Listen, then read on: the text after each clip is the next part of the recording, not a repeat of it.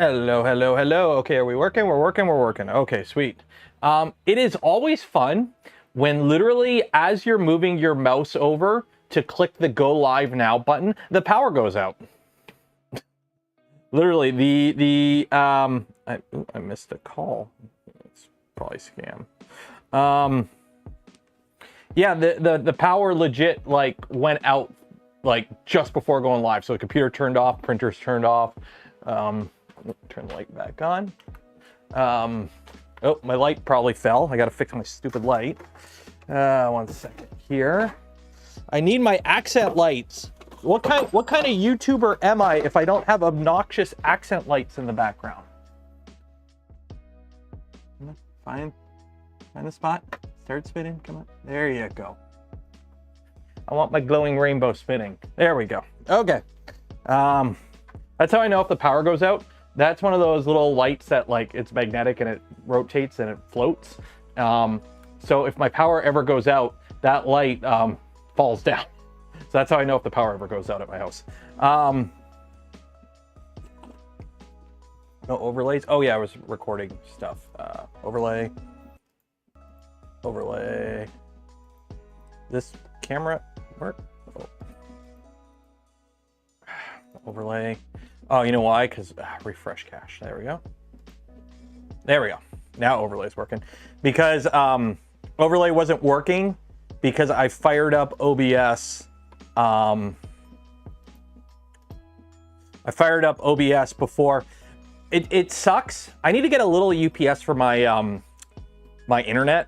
I have a UPS on my server, and it's the same UPS my router is plugged into, but the box that actually takes the fiber optic cable into my house and then converts it to Ethernet, that modem box or whatever it's called. It's not called a modem. Is it called a modem for fiber? But either way, that box doesn't have a UPS and it's in a different room.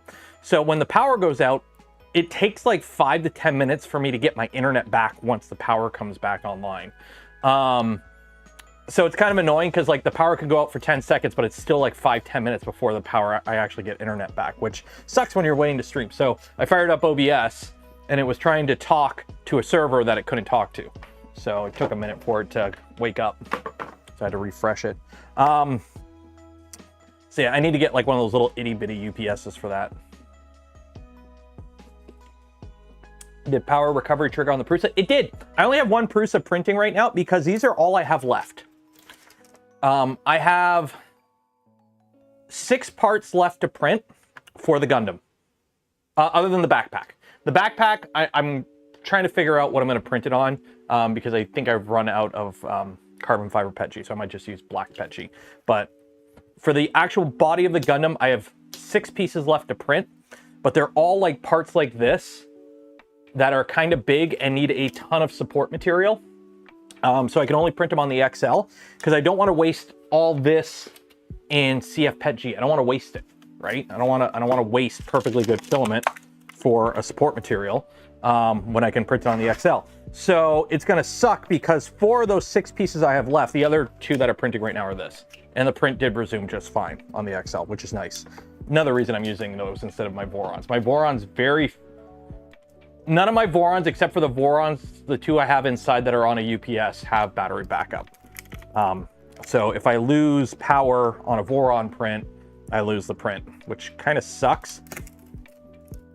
Luckily, I don't have power outages that often, but when they do happen, it sucks. So, these 5G nowadays way better. Like for internet, I mean, I have 1 gig internet. I have 1 gig fiber, so that's kind of hard to beat. I live in Canada and our Wi-Fi, or correction, our phone plans are stupid. I have a business plan for my phone that gets me, I pay about 60 something a month, and I get 100 gigs of data and unlimited Canada, US data, texting, and calling. And when I go to Europe or out of Canada, it's like 16 bucks a day. But I can pay like 40 bucks to get 2 weeks if I know which country I'm going to. So yeah, Prusa's power recovery works really good. That's why I like it. It has saved my butt a couple times with prints. You're going to be annoying, aren't you? So I'll give everyone some time to get in, especially make sure the power doesn't go out again. It is not storming right now, but it is, we got a pretty hefty soak going on outside finally. Look at that. Look at that. I love this similar material support. Also, happy Snapmaker U1 embargo lifting day, which apparently now means every time a new printer comes out, it's also bamboo sale day. So happy those two. I woke up and I checked my Twitter, and all I saw were people shilling their bamboo affiliate links and people shilling their Snapmaker U1 videos. I'm using shilling in a non-derogatory term there. But it's just like, oh, new stuff is out. No, I don't have a Snapmaker U1. I don't promote Kickstarters.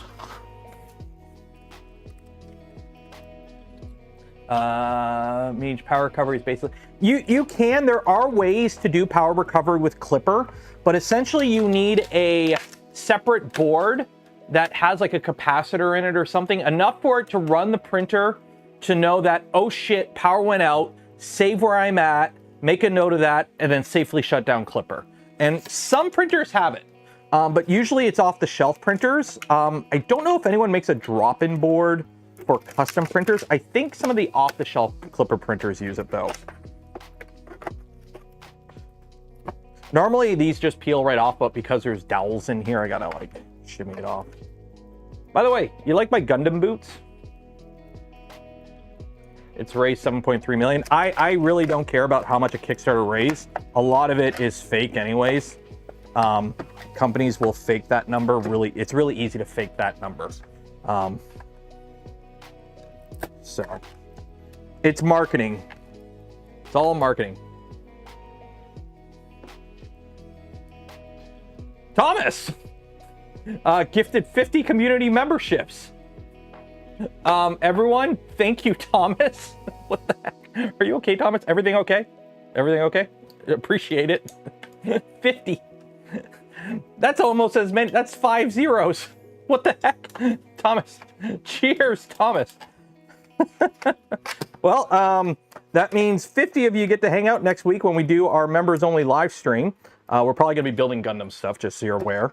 Because I'm getting to the point where I actually have to start doing the final assembly of this guy. Well, he likes the content. I mean, the best way to support the channel, the content I create, and the things I do is to give channel memberships. So, thank you. Someone's really building a 2.0 and going Calico the stream piece. So, as per always, for those that don't know the SOP, on the standard operating procedure for how things work on this stream, whenever we do something new, we do it live. Why? Because I want to give you the same experience you would have if you were to look up something new. So you want to know how much research about ColecoVision I've done before going live? The fact that I call it ColecoVision should give it away. Because what use is giving a first impression on things if you do your first impression off camera, right?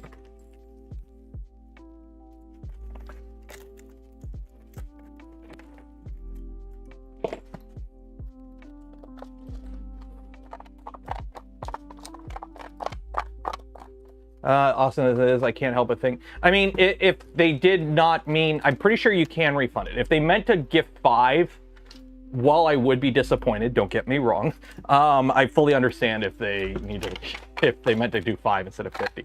Although, I think you have to type in 50. Let me see here. Show your support. How do you even gift? I can't even gift memberships from my end. But cheers, Thomas. Thomas, if you're in chat, you're all good, right? You're good?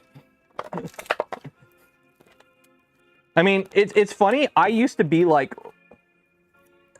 I watch a streamer and they have a few viewers that throw a lot of gifted memberships at them during their streams. And one day, one of the streamer like pulled one of these people that always gifts a ton of memberships aside. It's like, dude, what are you doing? And the person was simply like, I have money, I find you funny. This is nothing to me. And I'm like, oh, yeah, I guess that makes sense. Like if you're good and you want a gift, you're good.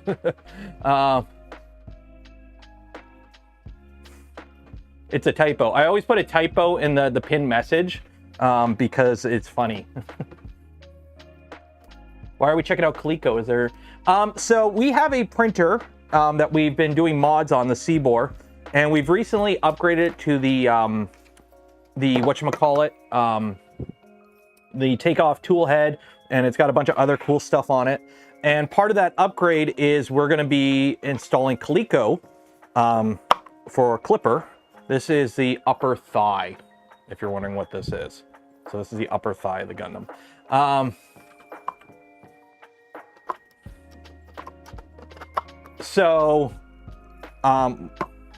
What was I talking about?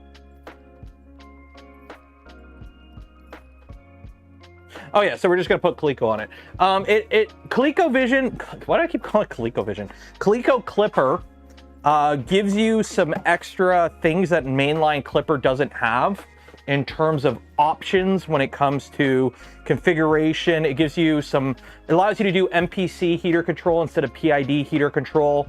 It also gives you the ability to like tell it that certain MCUs are non-critical. So for example, with KLIPPER is very, very, very picky when it comes to timings. So it's constantly checking timings with all the MCUs it's talking to. And if it loses connection to an MCU for even a second, it'll error out. So what happens if you're running a tool changer and you've got like what's going on with my ProForge right now, you've got multiple tools and one of the tool heads just likes to randomly drop out for like a fraction of a second. Well, it shuts down the whole printer. What if you're not even using that tool head? Well, it sucks. So with Danger KLIPPER, which it used to be called Danger KLIPPER, now it's called Calico, you could tell it that this MCU is non-critical. So what that means is if that MCU like just drops out for a second, it'll just pick it back up when it picks it back up. So if you have like a screen that's running like one of the little like V0 screens, that those have their own MCUs, if you were to accidentally unplug that during a print, obviously that would not affect how the printer operates in any way, but because it's KLIPPER, it will error everything out. Well, with Calico, you could tell it, don't worry about that. If you lose it for a second, who cares? It's non-critical. So yeah, it's really useful for that. It doesn't allow you to like hot plug. You shouldn't really be hot plugging MCUs, but it will allow you if you have like, you don't need to worry about like a beacon. I've had 2 printers so far where like the beacon probe or the cartographer probe just randomly causes an error mid-print. It's like, you're not even being used right now. You're not even being used right now. I used you at the start of the print, but you decided to error out 2 hours into a 6-hour print, and now the whole print's failed on something I'm not even using. With Calico, you can tell it, yeah, ignore that shit. So.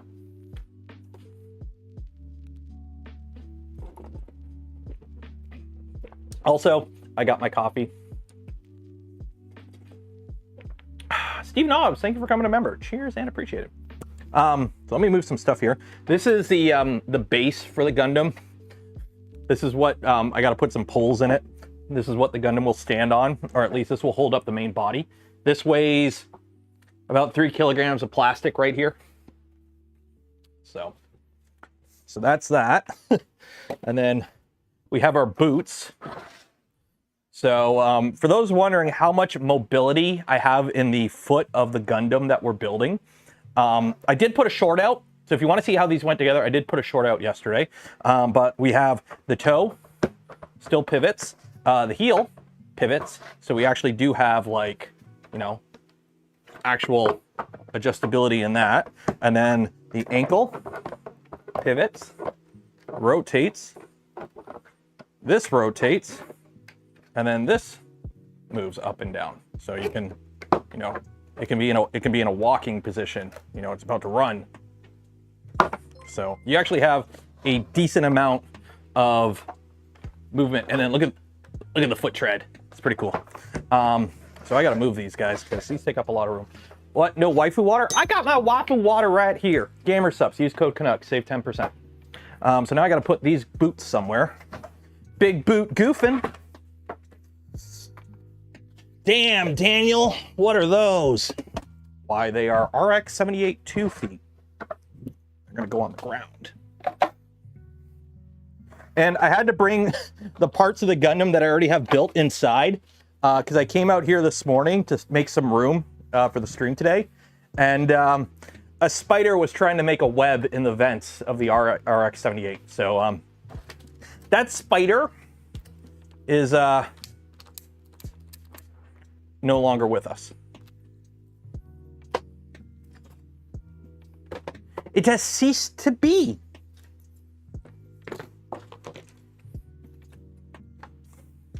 Those are massive. You know what they say about a Gundam with big feet? High maintenance bills. Okay, printer time. Whoops. Almost knocked my coffee out. There we go.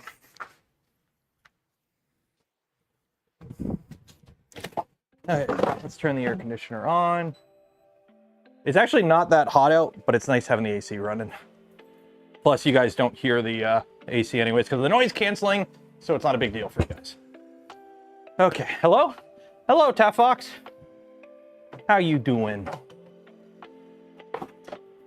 Okay, so we get some power. Oh, by the way, my support bin is finally full.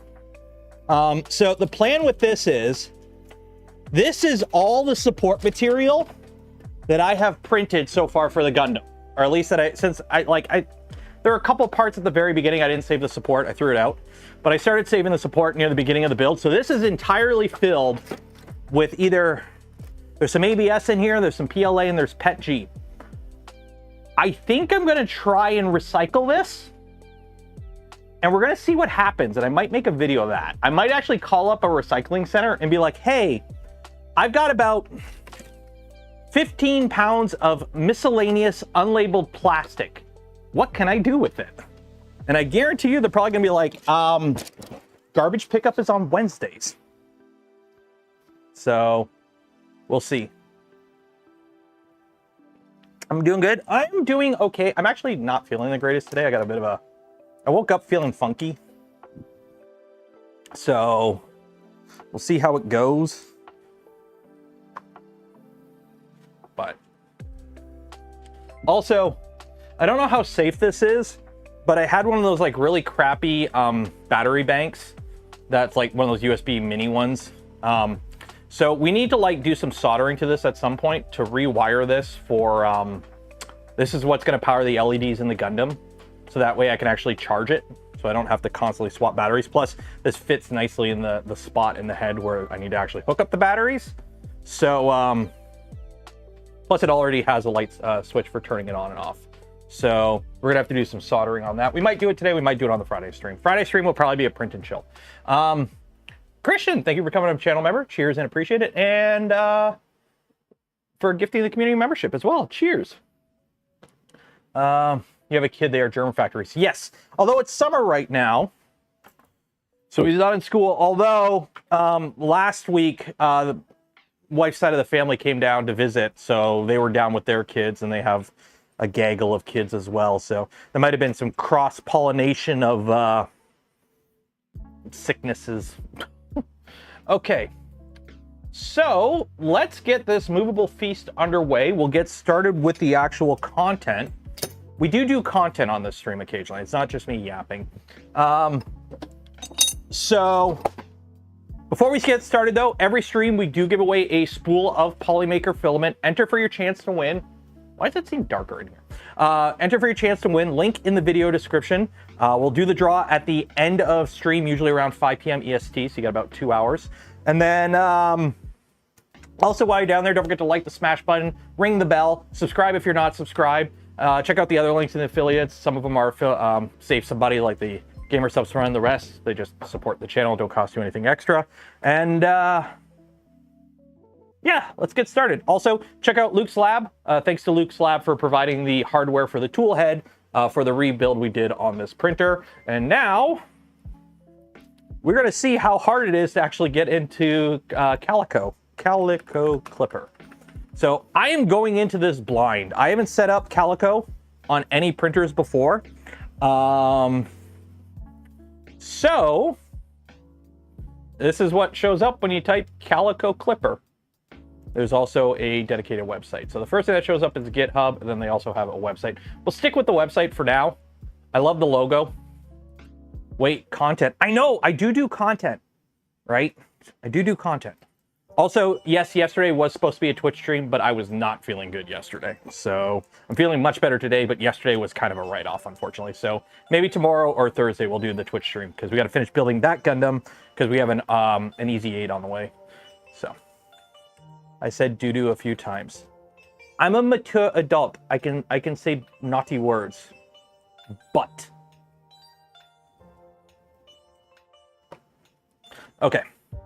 Welcome to Calico documentation. Calico is a maintained fork of the Clipper 3D printing firmware. It combines the power of general purpose computer with one of the more microcontrollers. See features. Begin use Calico installing it. If you're migrating from Clipper to Calico, please read our dedicated migration guide. So what I'm thinking is we migrate this printer, because we got this one working. This printer, it works, it prints, it homes. Watch, home all. Look, printer do printer things. Behold, printer do printer things. So, dog hair. So printer works, but printer is on Clipper. We want to migrate to Calico. So we'll do a migrate. And then what I'll do is the next time we build a printer, we'll go right into Calico. So, I had issues with Calico. Eventually, everything got around it. I tried updating itself with stuff from main Clipper GitHub and nuking itself. Oof. Yeah, you might have like a reference in the main sale thing where it told it to pull an update from something that it shouldn't have. But anyways, here are the features of Calico. Oh, also, Gamescom is going on right now. It's like a video game convention thing. They announced a bunch of trailers. It's live. If Half-Life 3 gets announced, make sure you know it. Like if Half-Life 3 gets announced, just like at me in chat and we'll watch the trailer, because I highly doubt Half-Life 3 will get announced, but it's like the joke every year that this is the year. I mean, Silksong finally got announced. I've never played Hollow Knight, but Silksong finally got announced. So yeah. Okay. Features. Calico has several compelling features: high precision movement, best in class performance. So a lot of this is probably overlap with Clipper. Additional. Okay, so what is there anything here that tells you what's different from Clipper? Frequently asked questions. Where's my serial port? Yeah, so a lot of this seems to be okay. So you just basically have a few more. Half-Life Alyx, Gamescom. I know, but they're doing the pre-show right now, and they're announcing a bunch of stuff. Like I saw it was live just before going live. Unless they're saving all the big announcements for tomorrow, but they are doing announcements now. You can't say the C word. While Canada and Australia are pretty brotherly nations, the C word has a much more, I ain't gonna say that word on a live stream here. I know the Aussies, they drop that word a lot. It's a very descriptive word in their vernacular. Here, not so much. It's a very harsh word here. Okay, so migrating from Clipper. So any add-on modules you're using will need to be reinstalled after switching to Calico. This includes things like beacon support, LED effects, etc. So we're probably gonna have to get beacon working through, but that shouldn't be too hard. So, one of 7 words you can't say on television, I know. I mean, I drop the occasional F-bomb on the stream, but I used to work in a tool shop. So for me, that word is a very descriptive word. Wait, which printer did I pull up here? Seaboard Trident, yeah. Okay. So SSH, pi, at, boom.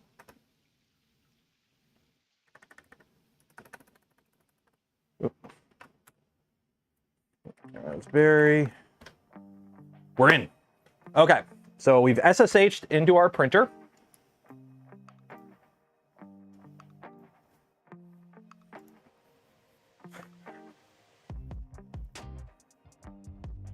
Cheese, yeah, it's cheese.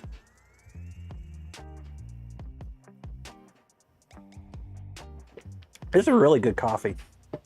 I love my coffee maker. Also, I don't put sugar in my coffee, but I do buy the at Costco the French vanilla creamer or whatever. That's my like vice for coffee. I just put a splash of that in the coffee.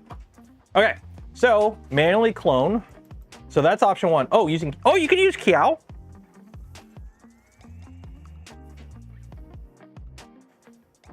Do I have KIAUH already installed on this printer?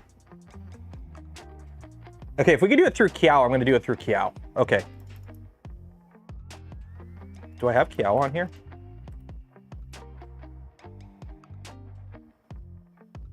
Yes, update KIAUH. Restart KIAUH. Sudo restart. Sudo turn off and on. Sudo restart.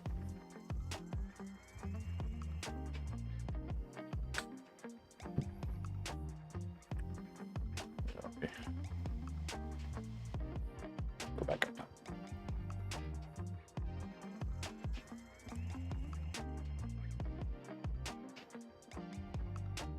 Means rerun the command. Then it should say rerun, not restart. Restart means off on. I thought KIAUH was pronounced KIAUH, not KIAUH. I was one of those kids that until the Harry Potter movies came out, I pronounced it Hermione. So I think KIAUH sounds cooler. So I'm gonna roll with that. KIAUH! Right?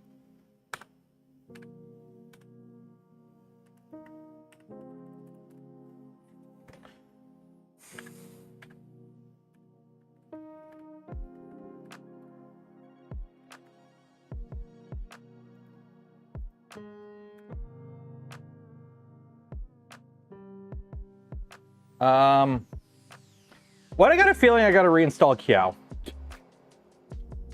Yes.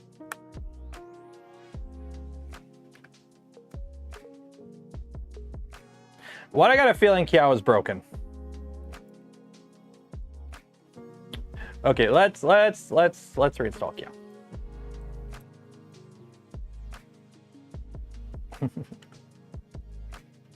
Yeah, I saw the Halo 2 ODST update, or the Helldivers 2 ODST update thing. I saw that.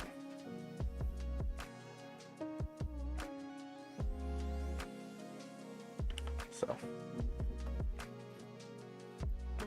and then they announced a bunch of stuff about Call of Duty 7 and nobody cared. The chat was just spamming L the entire time.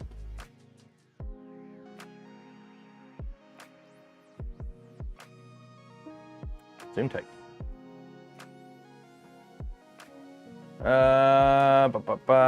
Okay. Copy. Get clone. Already exists. Okay. So now restart KIAUH.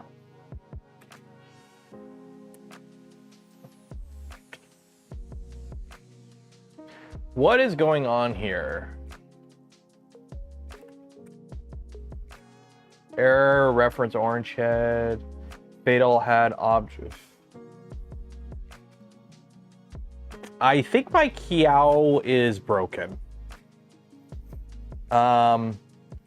Is there a way to uninstall KIAUH?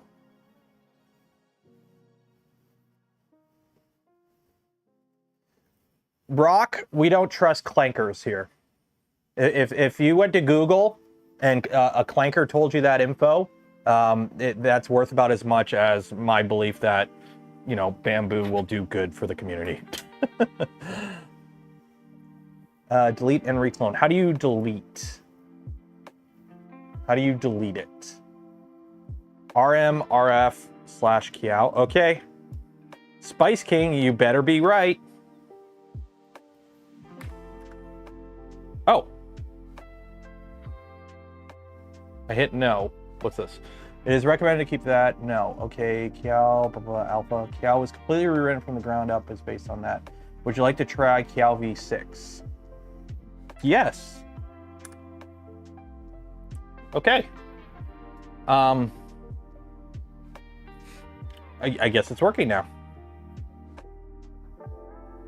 Okay. Operating KIAUH. Okay, so for user V6, you'll customer to add this. Add the Calico depositor KIAUH. Following step: set up Calico. Okay, so better reclone. Yeah, I got a feeling I should probably like reclone all this. So here. Hopefully you didn't lie to me here. So we'll get rid of KIAUH and then we'll reinstall it.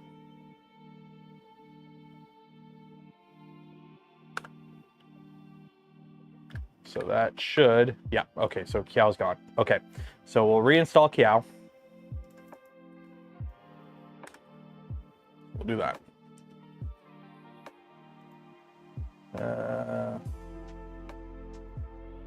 So that's doing that.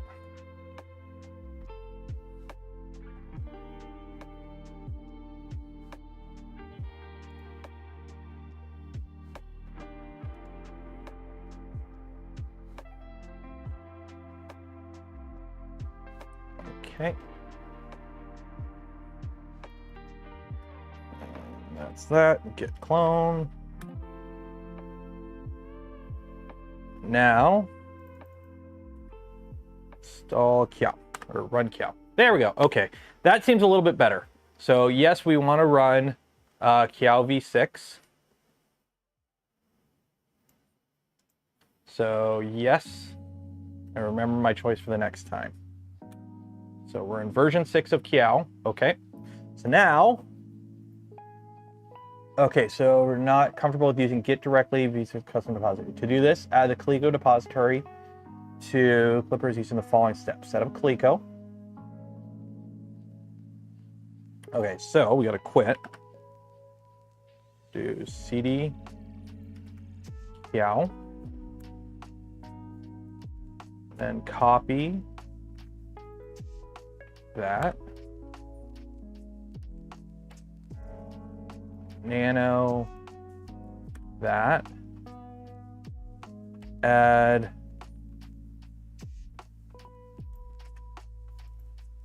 the main branch. Do I just put this at the bottom, I'm guessing?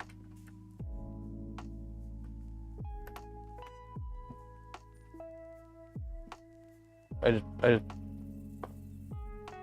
add custom depositories. Oh, yeah, over in Clipper, I think. Oh,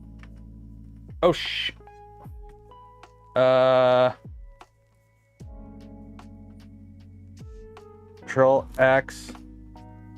No. Okay, let's try this again. Okay.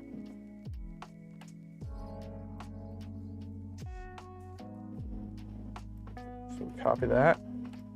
So this goes in here. I'm assuming I don't need this main part here. Do I need the main part here? So this is what I don't like. It's like, it's highlighted. Like you can see it's got the little block around it. So do I put the main there or not?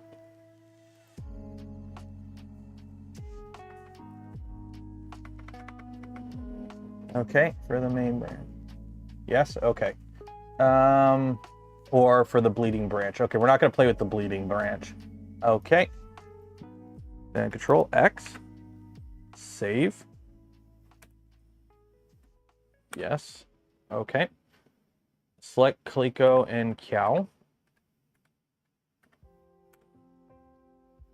cd ... How do I go back to the main screen? Tilde?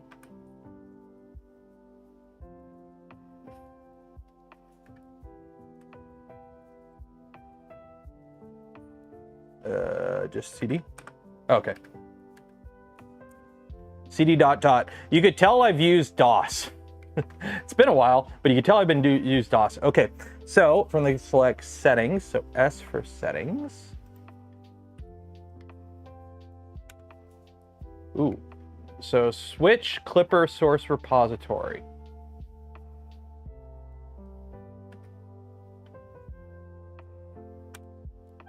And we're gonna go with 2.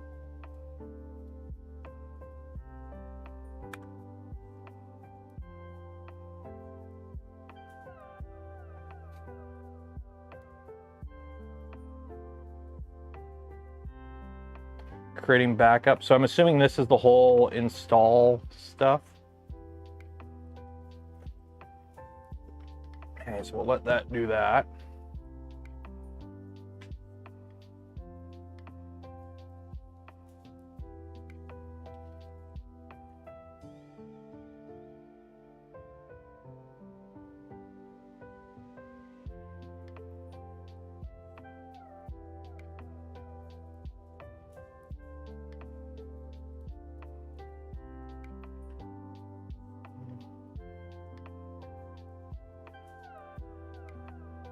So it's doing all its little updates there.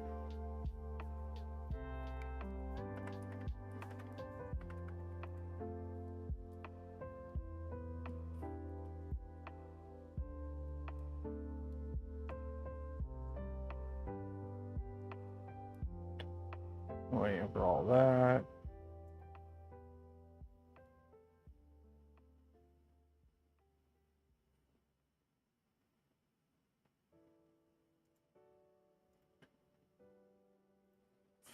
Okay, so that's done.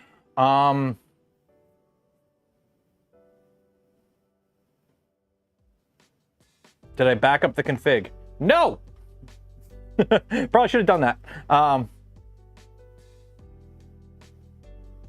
So now that that's done, adding a Git remote to the existing installation. It can switch back to mainline Clipper at any time by that. Okay. So now that that's done, is that it? Like,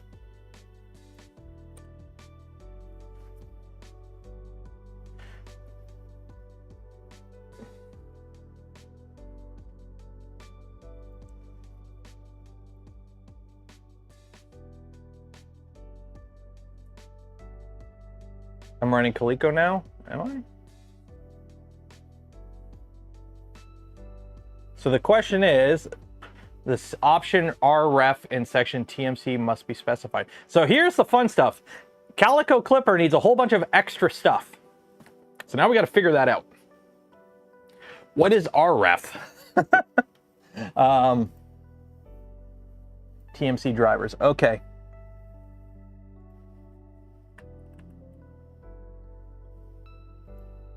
RRF. RREF. Oop. RR. I don't see that in there. Reinstall cartographer. We do not have cartographer. We have beacon. Oh, so I got to reinstall the beacon stuff. Okay. 1 second here. Beacon probe install. Okay. Back. So we are running back. So we got Calico installed, Clipper, repo Calico, that. Okay. So we got to install beacon. So mount beacon, route cable, install beacon. Nope. Quit.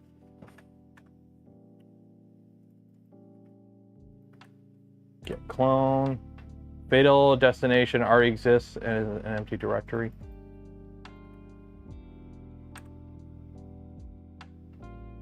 It's already cloned, so we'll just reinstall it.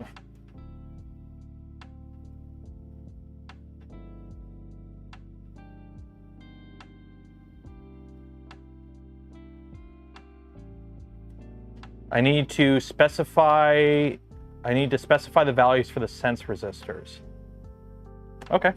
So machine, printer.cfg.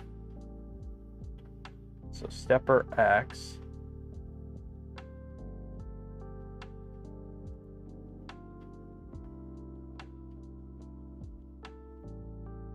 So this is a 2240.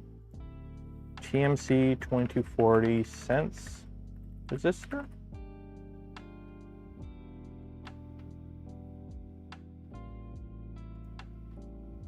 Does it tell you in the dots?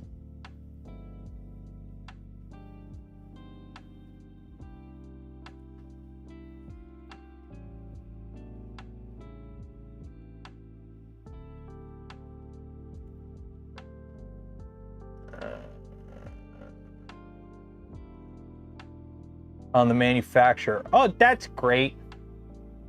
That's great. What are the manufacturers? I think it's Big Tree Tech. I can't remember. It doesn't help that they're all hidden under a stupid board.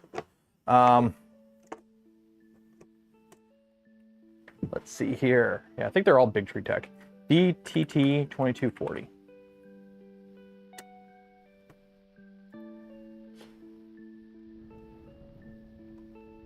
Sense resistor, sense resistor. Where is my sense resistor value? Come on.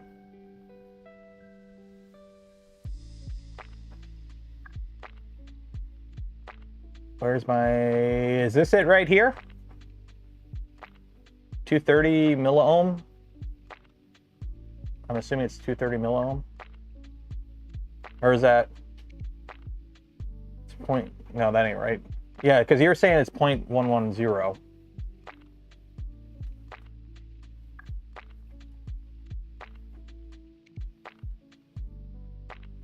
Where's the wiki? Where companies? I'm just gonna say this. I know I say it every time.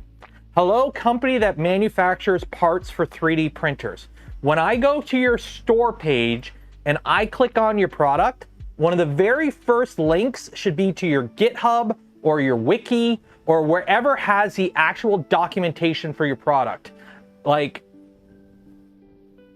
it's annoying as heck that the first thing I don't see is a link. All of you should sit together, get in a big powwow with all your website designers, and come together and think about this. It's really annoying. Wiki.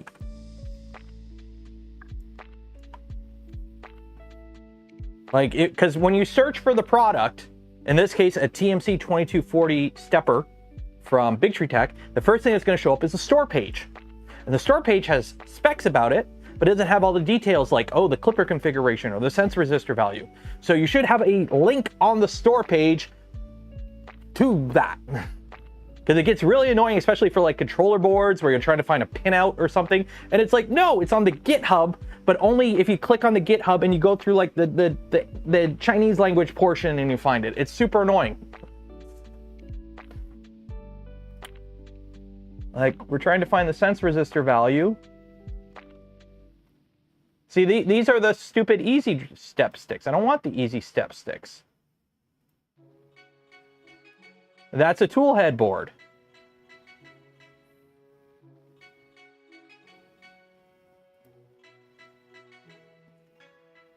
This is just another driver.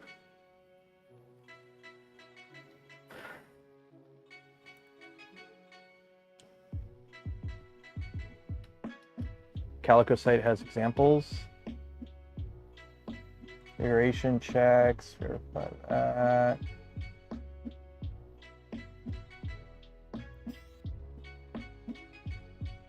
Example configurations. CAN bus, beagle bone. Config directory. And this is the Clipper config directory. So we got a Manta M8P. I think we're on the V1.1. So it's like, so stepper Z, stepper X, those are pinouts. No sense resistor stuff. Oh.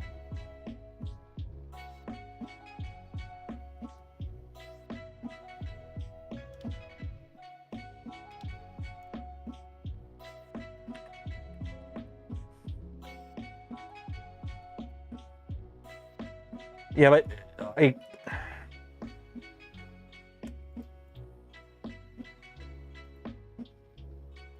RREF.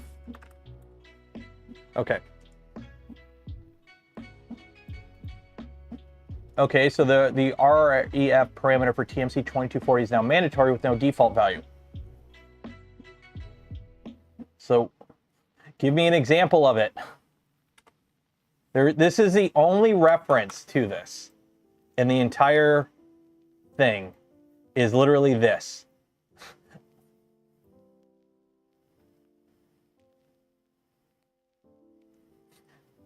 In search on the Calico Clipper thing. The only thing that even mentions is RREF. And the best part is, what is RREF?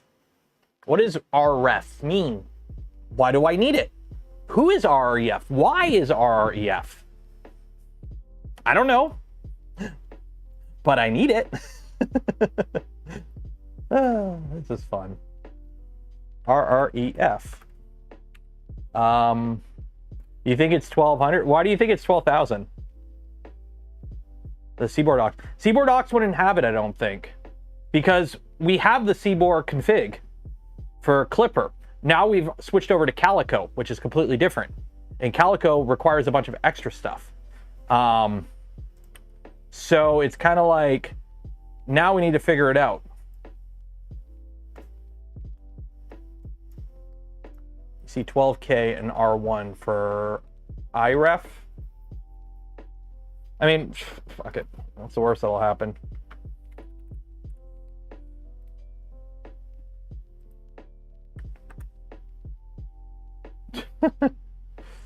RF is 0.11. Okay, you're the second person to say 0.11, so we'll go with that. Fire.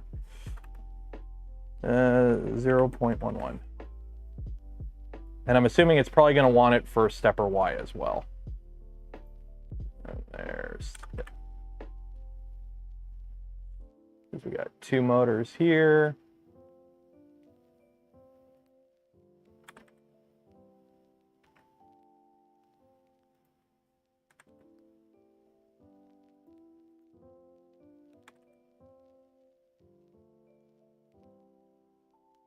Save and restart.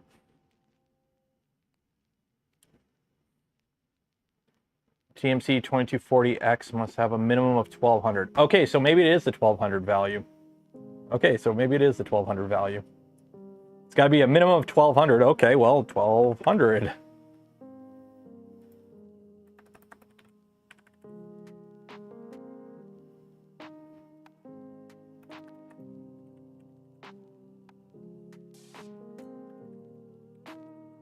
I always find it fun being a not software guy going through software setups, because you find all the stuff really easily about what don't work.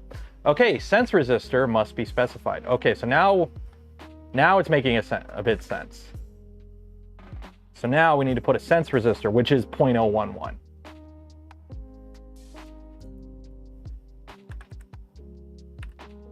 .11.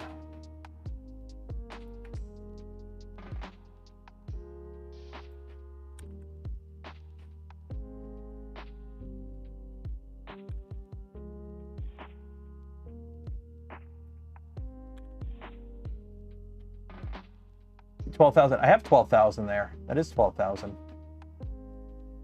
It's 3 zeros. 12,000. 12,000.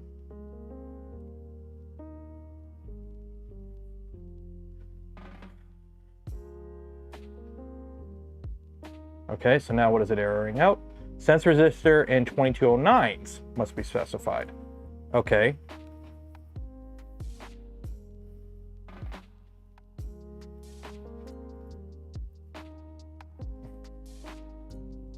Let me put a dock. There's that. 1 second. I think somebody DM'd me something too.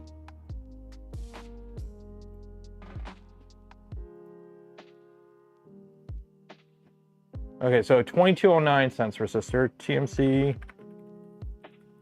sense. That should be 0.11 as well. Okay.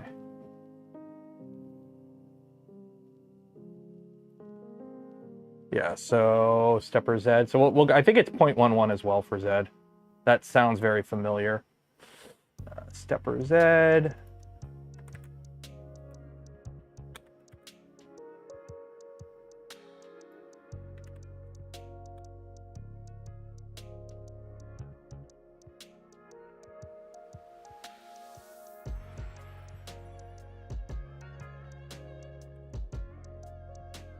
Okay. Still getting an error. Option sense resistor is not valid in section X.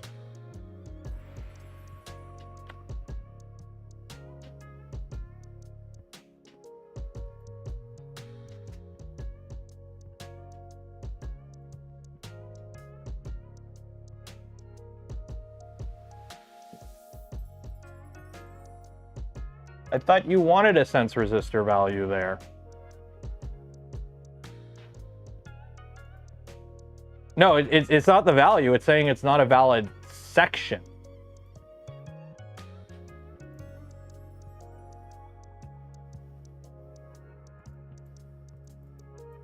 TMC 2209, Clipper, okay.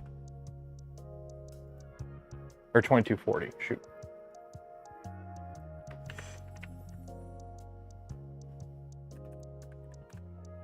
Oh, 9, stepper X, there's that.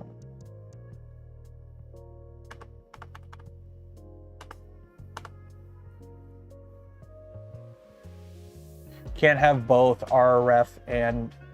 Then why was it telling me I needed RRF?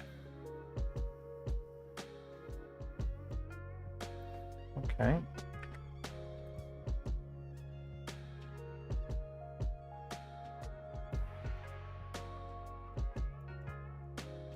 Unless I was reading the other save and restart.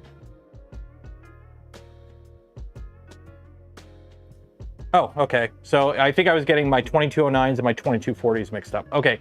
Section LED rainbow effect is not valid section. Okay. Well, that's easy. LED.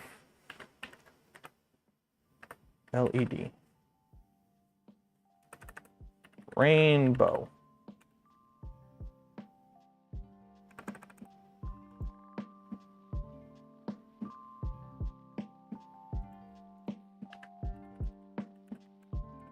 Where is rainbow effect at? Section LED effect rainbow is not a valid config section. Where are you at?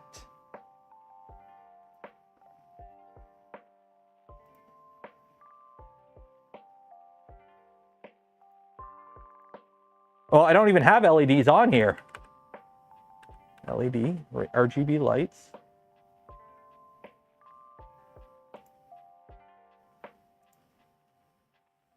Like, I don't have LEDs on here.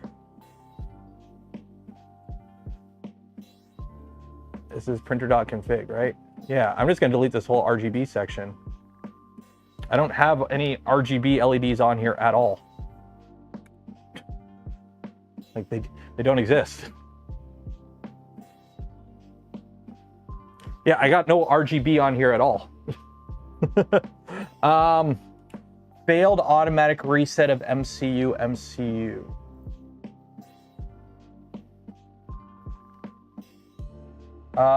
Isn't that restart method manual? Restart method. What is it? Is it manual? Manual? Or Clipper restart method? Clipper restart.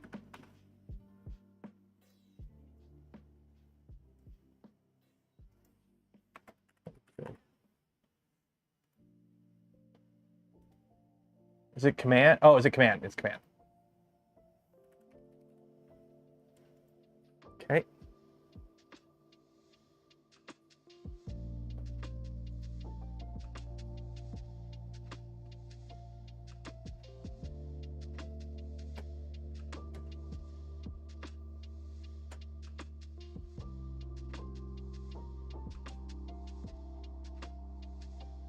We're good.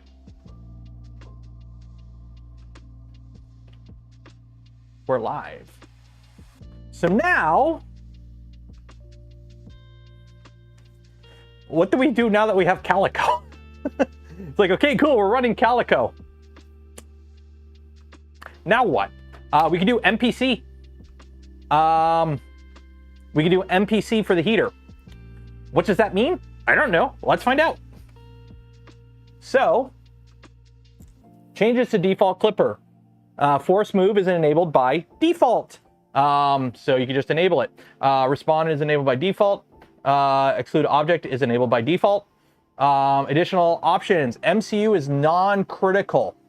So enables the marking of an MCU as optional. It can be freely disconnected and reconnected as will. So, I don't know how to set this up, because I want to put this on the beacon section. MCU.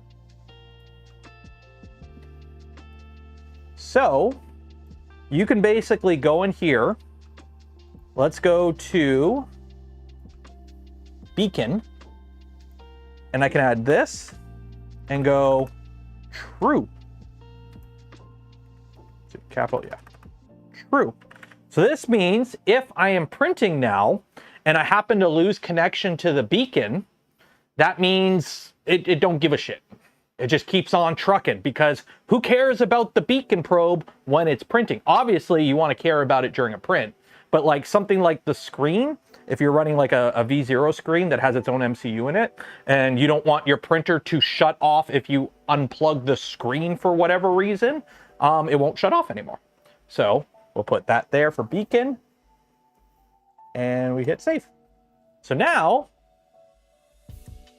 I should be able to do something funky like this. So the printer is on. Okay, it's on, it's working. And I'm not going to, because I don't know if I could damage it, but I should be able to just unplug the beacon. It's technically USB. So I should be able to just unplug the beacon, and the printer won't error out. Should we try it? Let's try it. Let's try it.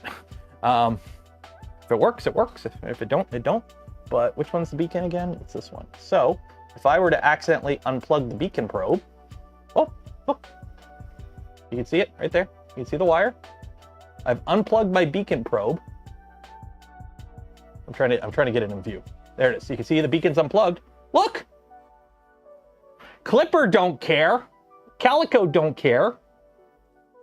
Obviously, the printer would crash if you tried to print with it. But for something that is a non-mission critical thing, that's not bad. So there you go. That's an advantage you have there. What other cool, fun stuff do we have?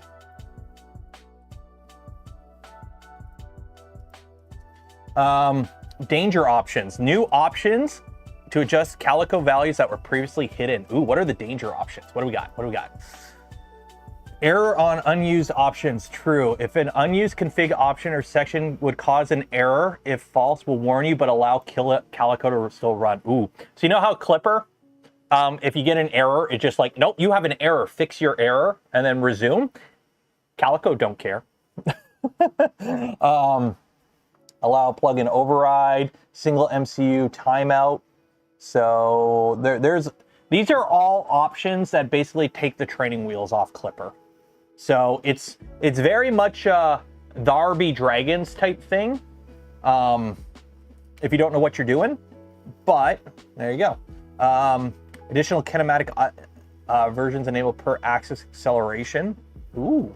So I think you can have like different accels for your X and Y instead of just movement. Subdirectories with SD card, firmware retractions. Ooh. So what's the new heating thing? It's MPC or NCP heating.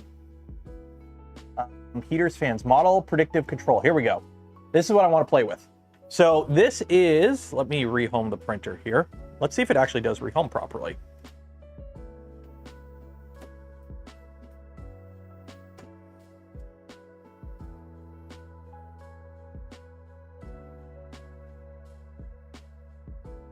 Okay, it did error out there.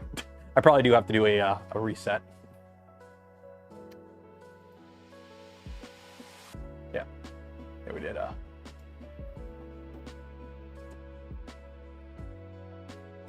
Hopefully that didn't fry. I don't think it would have fried anything. It shouldn't have fried anything. Yeah, we're good. We're good. I'm like, it's technically USB, so that shouldn't have fried anything. So let's move the bed away a bit. So now we have model predictive control is an advanced temperature control method that offers an alternative to PID control. MPC leverages a system model to simulate the temperatures of the hot end and adjust the heater power to align with the target temperature.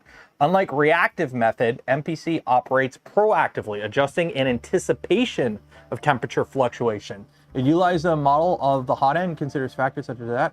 So MPC offers several advantages over PID. It's faster and more responsive, broad functionality with single calibration, simplified calibration process, compatibility with all hot ends, and versatile with different heater types, effective for high and low flow hot ends.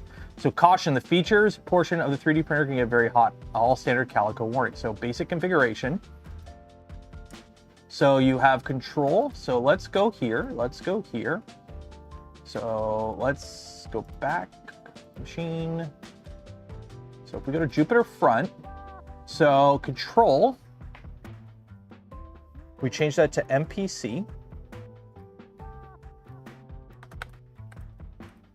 And then I don't think we need these values. I don't think we need those values.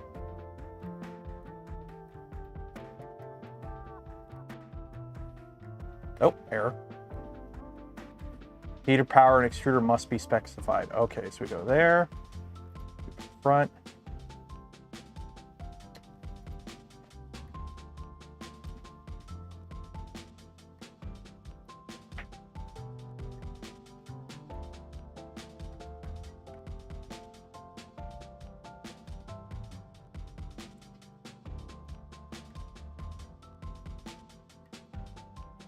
What's the cooling fan? We already have a cooling fan set up.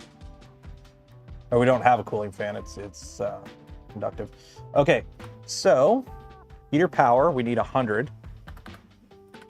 That's 100%. Needs a new temp calibration. Heater power 50, required the nameplate heater power in watts. For PTC, a nonlinear heater, MPC may not work optimally due to change in power relative to that, setting heater power to the power output at the... Oh, this is power in watts. Oh, this is the wattage. Okay, so, what heater did you give me? Let's see. Luke's Lab.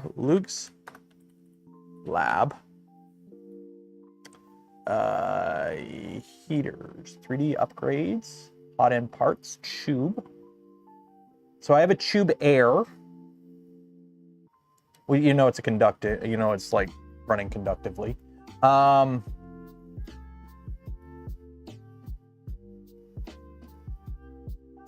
Where's the heater? Here's the heater. Luke, what kind of heater did you give me? I can't remember what side, what kind of heater you gave me, Luke. Luke, let me. Do you remember the wattage of the heater you sent me? It's either 50 or 80.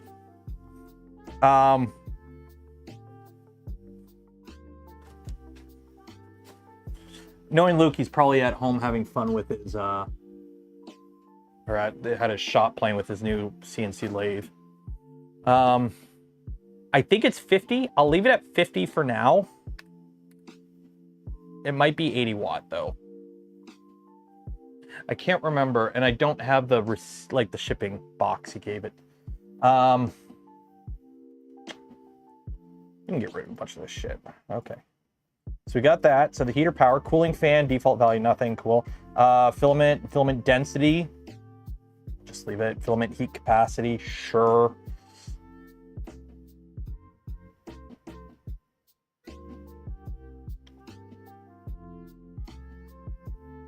It's probably 80. Is it probably 80?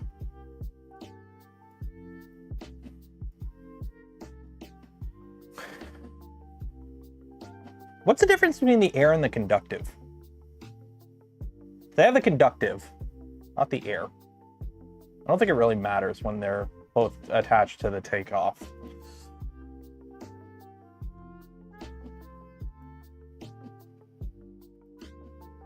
Yeah, I think it's 80, because yeah, you can't get the 50 and 48, so it's probably 80. I think it's 80. We'll go with 80. We'll go with 80. Save and restart.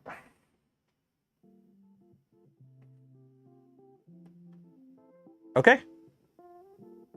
So I think I still have to do a PID tune. Or how, oh, here we go.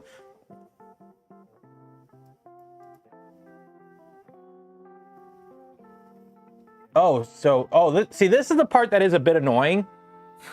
Because now we're going to have different values for different filaments. So PLA is 1.25, PETG is 1.27, but ABS and ASA are lower density filaments. So calibration, okay, cool to ambient, okay. Takes the following steps. For the calibration routine needs to know the approximate ambient temperature, heat past 200, okay. So MPC, heater,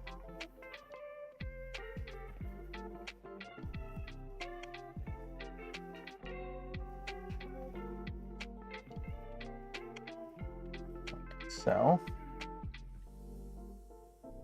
what do we call the heater in this? Extruder? I think we just call it extruder. Yeah. So, heater. Oop.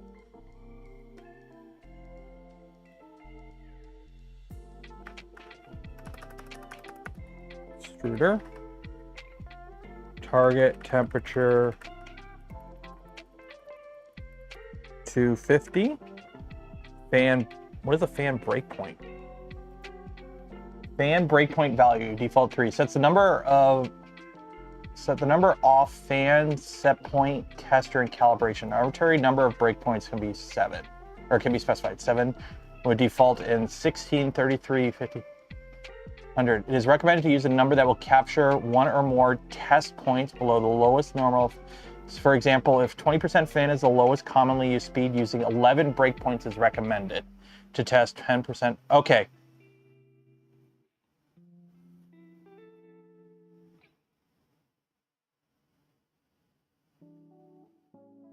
So I guess we'll do 11 because I'm going to be printing ABS, so I won't be needing crazy high fans. So 11.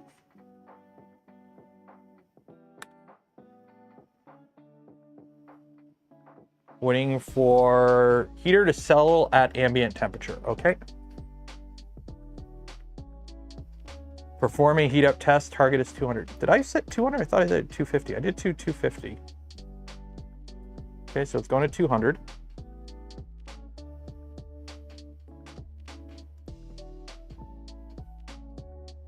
Okay. So it is going to melt the heck out of whatever is left of PLA in this, by the way. Get rid of the brackets. Then why are the brackets there?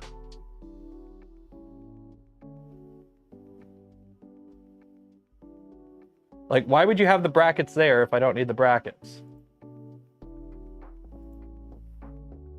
Oh, I see what you mean. Okay, let's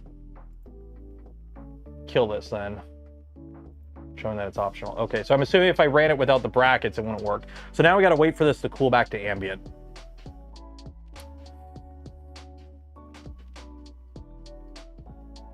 Just showing that it's optional. Okay. So.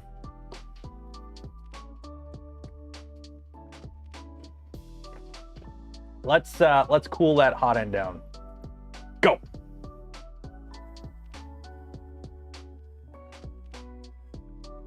You can't see it.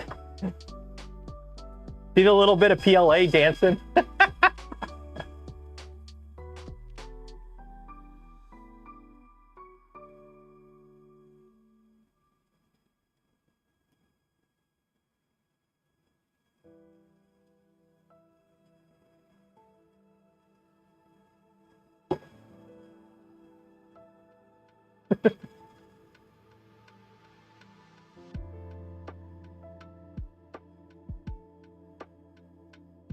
And dancing, and dancing. Earthworm Jim is going for a ride. Yep.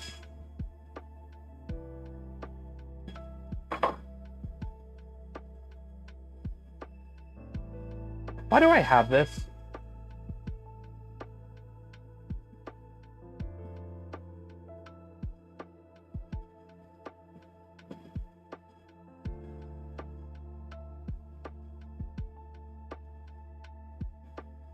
it's cooling down.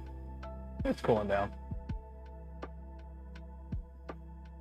So, fun fact, with a normal PID tune, with Clipper, you do not need to start it from room temperature. You don't need to.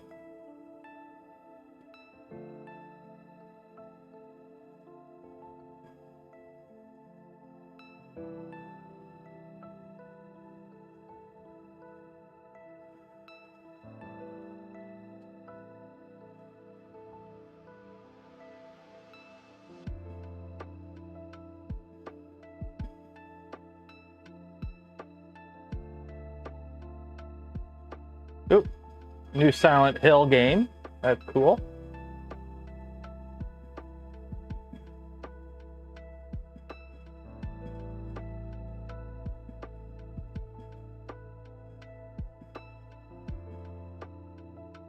Oh yeah, they're supposed to show the new trailer for Fallout too. For season 2 of Fallout, so.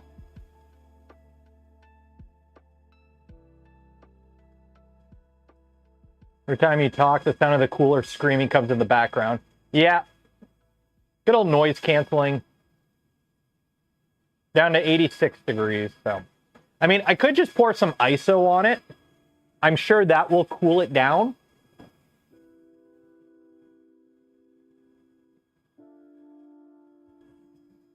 I mean, these aren't even...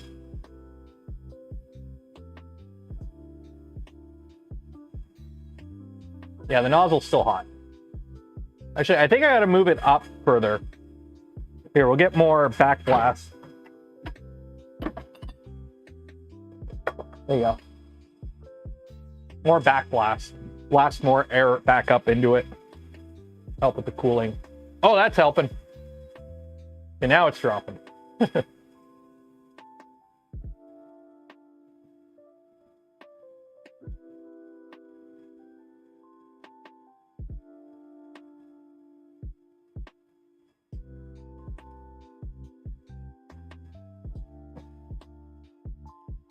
Motor sync plugin? I am not, I don't believe. I am not, I believe. I am running this pretty standard.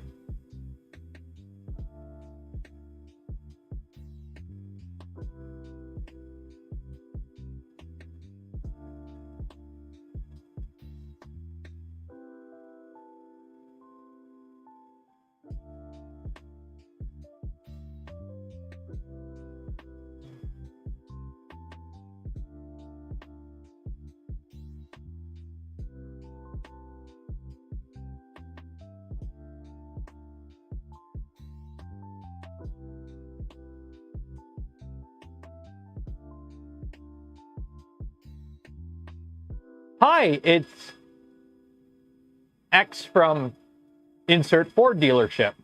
Just left you a quick voicemail. Your vehicle came up in our system, and I see you could be in a really strong spot for an upgrade. We're offering employee pricing this month with rates of 1.99 on all new vehicles and $15,000 in rebates. Would you like to come in and talk? No! 2 reasons. One, you texted my phone. My wife has the car from you. Why do you have my phone? And 2, why would I want to buy another Ford, especially right now? Why would I want to buy another Ford? Okay, we're at 38 degrees, so we're close. Helps the motors to not fight each other and it's quieter and work better. Yeah, I'll play with it either today or the next time we do a... the plan is I want to get this working today, and then on the Friday stream we'll do a print and chill with this. It's employee pricing time. Ford doesn't have any vehicles I'm interested in. Like, even my wife, like, she has an Escape right now, and she's like, I'm probably going to get a Subaru. She really likes my Subaru, so she's probably going to get a Subaru. Okay, so we're back down to like 34 degrees. It's truck month, guys. It's always truck month.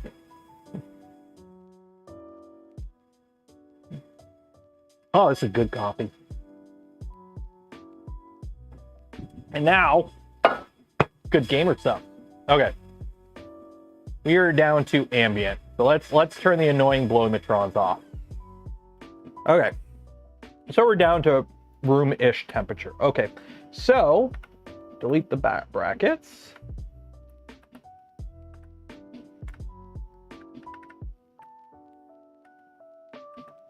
There we go. Okay, so MPC calibrate heater extruder. Is extruder not a word? Target 250, fan breakpoints 11. Go. So settle at ambient temperature. I work for Auto Trader, as you know, Ford dealers take employee pricing seriously. I mean, the Mavericks are nice. The Maverick is nice. The problem with the Maverick is when I wanted to buy one, they weren't available and the price has gone up quite a bit on them. And also the problem with Fords, I find, is you end up paying quite a bit more to get stuff that comes with other cars for like included. So for example, my Subaru Crosstrek, okay, it's one up from the base model. So it's not the base model, it's like the touring model, I think. So it's not the base model, but it's the touring. So it's still got the base engine, but it's got a little bit extra. So mine has lane assist. It's got auto cruise, so it'll stay within its lane on the highway, okay? And it will automatically adjust speed if a car comes in front of me, and I can also set the distance, right? So I really like that feature. That came with my car. A Ford Maverick, you have to buy a $1,200 upgrade option to get that, because it doesn't even come with like cruise control on the base model. So I did, because I was looking at getting a Maverick. I priced out a Maverick with all the same features that the Subaru came with, and the Maverick would have cost me like 9 grand more at the time. So I was like, yeah, I'll get the Subaru, because the Subaru cost me 32 grand Canadian. And it does everything I need it to. Where a Maverick with the same feature list was around 40 grand. So, oh, we're heating up. For an ambient temperature test, target is 283 degrees. Okay, you do your thing. Melt the crap out of that PLA in there. Is awful these days. Yeah, that's another reason. Is I had 2 previous Ford vehicles. And my family had Ford vehicles when I was a kid. So we had Fusions and Windstars and all that. My first car was an 01 Sport Track, so it was a Ford Explorer with the truck bed. I really like that concept, by the way. But it was Ford Explorer Sport Track. It was an 01 Sport Track. I had that from like 08 to 2011, and then I got rid of that and I bought myself a Ford Focus new. And I had the Ford Focus for like 11 or 12 years, and it just rusted apart around me. Like 130,000 kilometers when I got rid of it. I don't drive a lot. I got 130,000 kilometers on it, and it just rusted away from me. Then again, all I ever put in it during all my time of owning it was oil changes and tires and brakes. So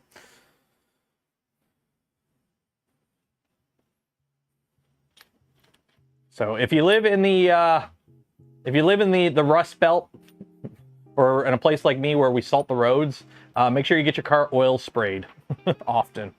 Every winter, get it oil sprayed. It's like $100, but it'll help.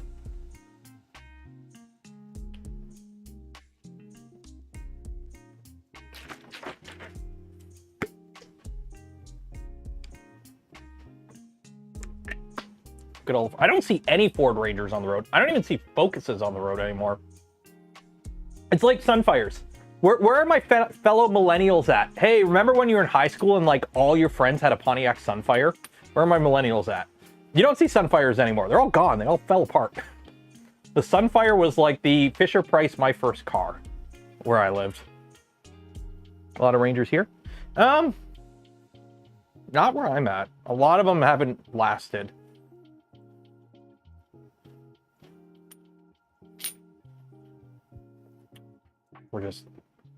I'm assuming the MPC or MCP, what is it? MPC takes a little bit longer. So is this Clipper with a graphic of a calendar screen? So it is, here, I'll link you this. This is all the extra stuff Calico adds to Clipper, okay? So you get all kinds of fun stuff, like certain things are just included by default, like exclude object is just a part of it now. But you get some really cool features like making MCUs non-critical. So you can tell, like we told it, the beacon on this is non-critical. So if during a print, I lose connection to the beacon probe for whatever reason, I lose connection to it, or timing or gets out of sync, it won't cause the print to fail. It'll just, you know, next time you go to use the beacon, you'll have to restart it, but at least I'll be able to keep printing, kind of thing. You also get per axis kinematic acceleration. So on most Core XY machines, your y-axis is heavier than your x-axis. Your x-axis, you're just moving the tool head. Your y-axis, you're moving the tool head and the gantry. Well, guess what? With normal Clipper, you just have your XY, or what is it? You can have different accelerations, essentially. Or what is it? Or am I reading it? Oh, I'm reading it wrong. No, you do have separate XY accelerations in Clipper, right? Additional enable per axis acceleration. There was something, right?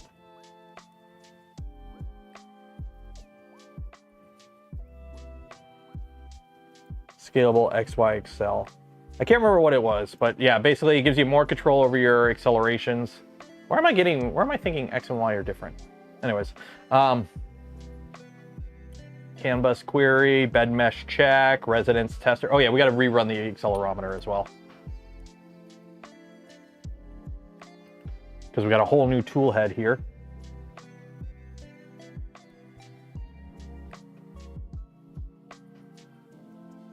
Are we still going? Yeah. Oh, finished. I thought it was supposed to do a bunch of checking with the fan.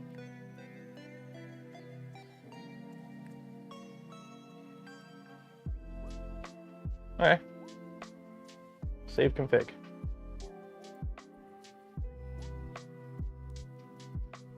Will it work with dual gantry? Maybe.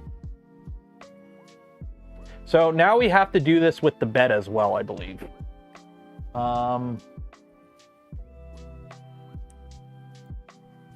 Model predictive control. So now we need to do this, or actually, can you do this with the bed as well? No, I don't think you should be doing this with the bed. Yeah, it's for the extruder only. It's the extruder only for MPC. Yeah, you don't do MPC on the bed. Okay, so we have that. And then, home all.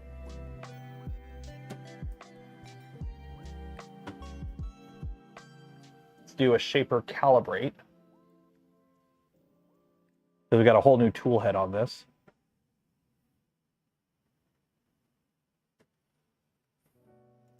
Shaper calibrate. Warning, active fans detect. Oh, okay. Do our little wiggle, wiggle, wiggle, wiggle. Fully open, but most fully open printers require you to build it. Yeah. So now we're doing input shaper on the new tool head. See how that goes, and then we'll do some printing. What other fun stuff should I be playing with? Probes and probing, heater fans and PID, velocity PID, PID profile, heater interrupt. ADC out of range will now include which heaters and additional information to assist in troubleshooting, TMC drivers, macros, plugins. So it basically just gives you, it unlocks some of the things that were locked away in stock Clipper, and it gives you a little bit more fine tuning and control, but it also takes off a lot of the training wheels. So if I already hesitate to recommend Clipper to people like on commercial machines, because if you don't know what you're doing, you can cause a lot of damage, and you can have the printer, like, it's very easy to break a Clipper config, and it's very easy to have the printer do stuff it shouldn't with Clipper. This further gives you more options to fuck around with it, essentially.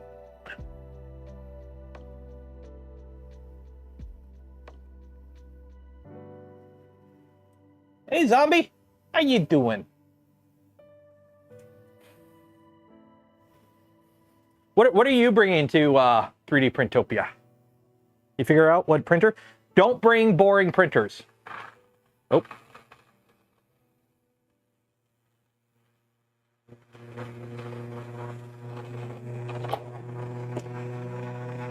My desk is vibrating. All the Allen keys on my desk just started shaking.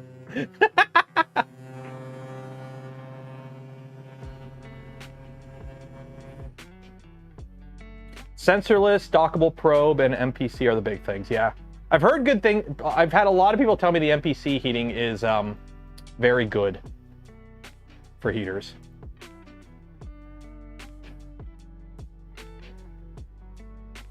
Focus on your stream and let YouTube insert ads for you. No, I will not insert an ad, YouTube. Tube, Trident, my original 2.4 with Jabberwocky Turtle, and maybe a custom printer I'm developing if I finish it. Nice.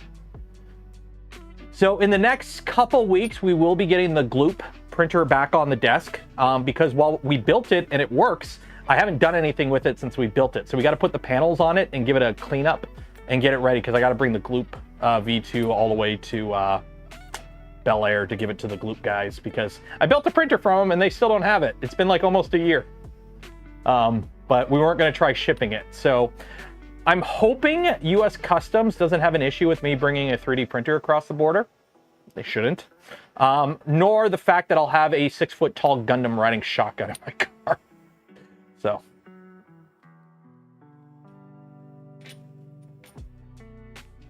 But Clipper and Flute are very accessible for screen reader users, which is why they don't design it for... Okay. Yeah, 3D Printopia this year should be good. It's going to be the last year in its current location. Next year, they're going to Philadelphia. So we can't make, you know, Yo Homes to Bel Air jokes anymore, unfortunately.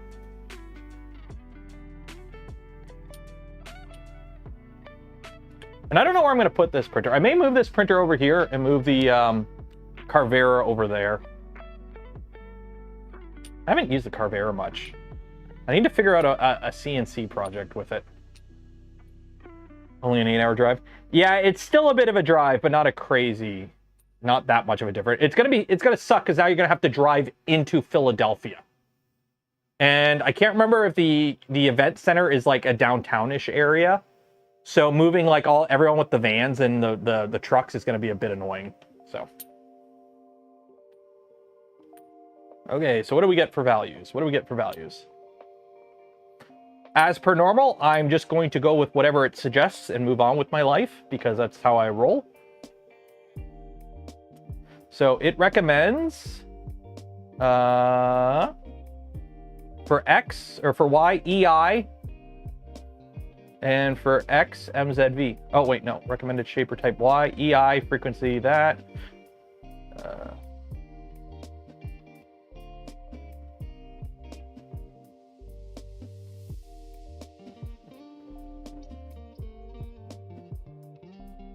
Cool. Save config.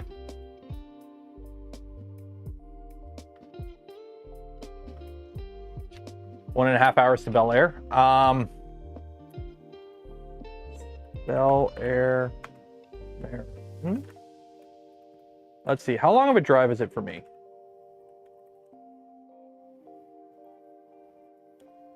Directions.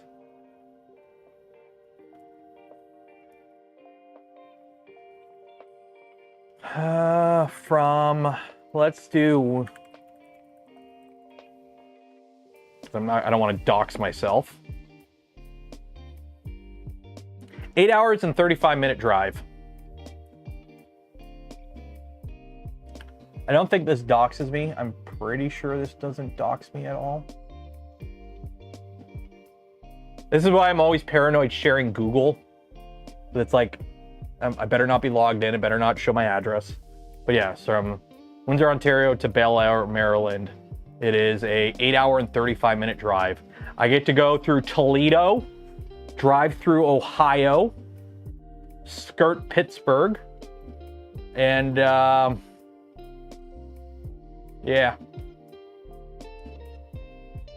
Wow, look at that great road.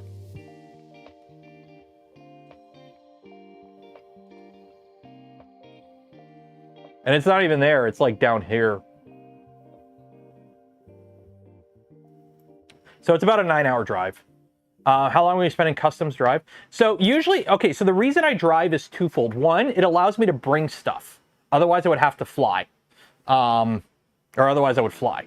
But also the problem with flying, you end up flying into like Baltimore, and then you have to rent a car and drive like another 45 minutes to get to the venue. So in terms of time saved, I did the math with how long, because I have to cross the border to go to the Detroit airport to fly, because I'd be flying domestic, it'd be a lot cheaper. I end up only saving like 3 hours. So 9-hour drive versus like 6 hours if you consider flying and getting a rental car and waiting for customs and all that shit. So I only save about 3 hours. And then 2, it allows me to bring everything. So it allows me to bring, you know, in this case, a 6-foot Gundam. And you don't have to deal with a rental car. You don't have to deal with buying tickets because, hey, I am a YouTuber. I need to pay a mortgage. So when a company sponsors me to go to events, the less amount I spend, the more I make. So while, you know, LDO is sponsoring me to go to 3D Printopia this year, when they sponsor it, it's like, okay, here's your money for the sponsorship. This covers everything. So if I drive, I just got to pay gas and a hotel. If I fly, I need gas, hotel, rental car, airplane ticket, food at the airports, which isn't cheap, parking at the airport, which is $15 a day. And it's like, yeah, I'll just drive. So I've done this drive 3 times already. This will be the 4th time I've done this drive. It's not bad. It's not a bad drive. It's kind of boring the first bit because it's Ohio. It sucks. Normally what I do is I get up at like 6 in the morning and I just get on the road. So I cross the Detroit border. I cross the land border. Land borders are it's usually not a bad. I've never had a problem at the land border, although they've been getting really annoying with all the extra questions lately. Thank you, current government. But other than that, like once you get across, you just get on I-95 and off you go. So crossing Detroit before rush hour ain't too bad. Usually it's like 10-20 minutes to get across, if that. And then you drive through Ohio, which is boring as shit. And you take the turnpike, and there's freaking cops everywhere, so you can't go fast. And then once you get into Pennsylvania, you get on the Pennsylvania Turnpike, which, huzzah for the Pennsylvania Turnpike. They charge a lot of money, but they bill your license plate after the fact, and they don't mail to Canada. So I've never been billed for the Ohio Turnpike. Pennsylvania Turnpike. Ohio Turnpike, you got to pay when you get on it and get off of it. They have booths. So Pennsylvania, I haven't had to pay for the Pennsylvania Turnpike yet. So they don't mail the "you owe us money" to Canada. And at least Pennsylvania is kind of cool because it is, you know, if the weather's nice, you do drive through the Appalachian Mountains in early fall. So the leaves are starting to change color. If it's nice and sunny out, it's actually a pretty nice drive. So what I do is I'll just put on a bunch of podcasts, turn on cruise control, and just vibe for the trip. It's actually not that bad. It's not that bad, especially the last little bit. So, although the way back is going to be a long day because I have to, the Monday I'm going to go visit Printed Solid, film a video with them, and then drive back. So I won't be getting home till like, oh, dark stupid, probably. I hate the turnpike. Well, I've only driven it like, this will be the 4th time. Well, 8th if you count the there and the back part. But I did do one route one year on the way back where I went all this way. Because I skipped the turnpike. I went through a more scenic route. It added like half an hour to the trip on the way back. And honestly, it wasn't that much more scenic. So I just go whatever the fastest way the GPS tells me and whatever. And then you can go this way if you want to avoid Ohio, but you have to like cross at Buffalo, and it adds quite a bit. I mean, I could pick up Uncle Jesse on the way. He lives up here. So from Ohio, yeah, like if for my fellow Canadians out there, if you ever have to drive up from Southern Ontario to like the Toronto area or north, this right here, this drive right here, the 401 from Windsor to London, is the most god-awful boring drive in the world. At least compared to like, you know, the pancake states and provinces like, you know, Saskatchewan. I've driven Saskatchewan, or at least Eastern Alberta where it's flat. It sucks. But Southern Ontario, it's just flat, boring farmland, and there's nothing to look at. It's just flat, boring farmland and semi-trucks swerving all over the place. It sucks. Okay. So I think we're done. Let's load some filament and do a little test print and see how we're chooching here. So we'll load some filament and we'll do a little test print and we'll call it a day. Somebody link me something in chat that's about an hour print time. I'm going from Maine. I'm going to try to avoid New York. You're in Maine, Zombie? Where's Maine at? Oh yeah. You're in Maine? Oh shoot. I thought you were like Midwest. Oh. Try and avoid New York. I mean, you have to go. Oh, the city. Yeah. I mean, the problem is all the roads cut. Like, you would have to like go around that way. You'd have to like. That would be annoying.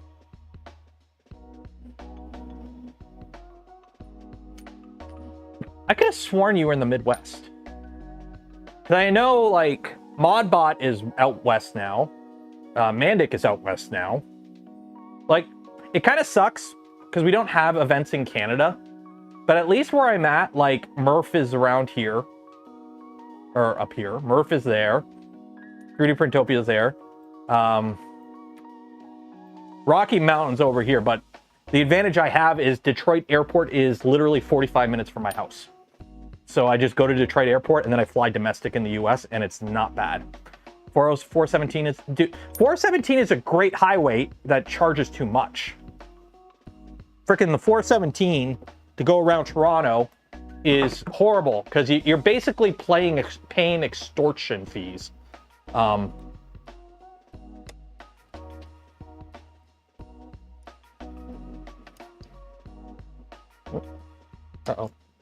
There we go. Yeah, you have to pay extortion fees to go around the 417 to skip Toronto. It sucks.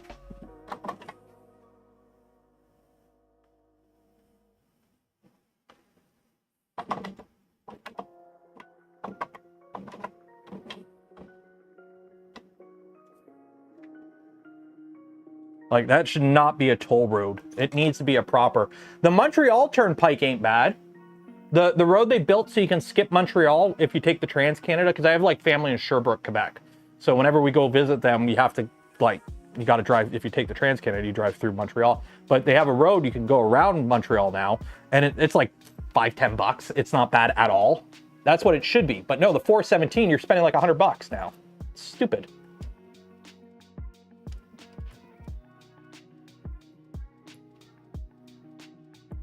Do I have the hot end on? I do have the hot end on. Turn off.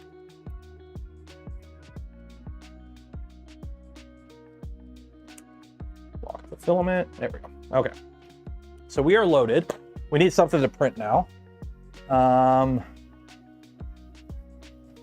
according to Luke's lab, it should be 100 or 120 watt. Oh. Oh, okay. So I'm gonna have to redo my heater config after. Oops. Yeah, according to Luke, it's either 100 or 120. So, okay. What are we gonna print? A koala doorknob? That's, I mean, okay. Let's see. What's popular right now? What is trending on printables? Auto wash? Auto wash? Auto wash. Let's do a platypus.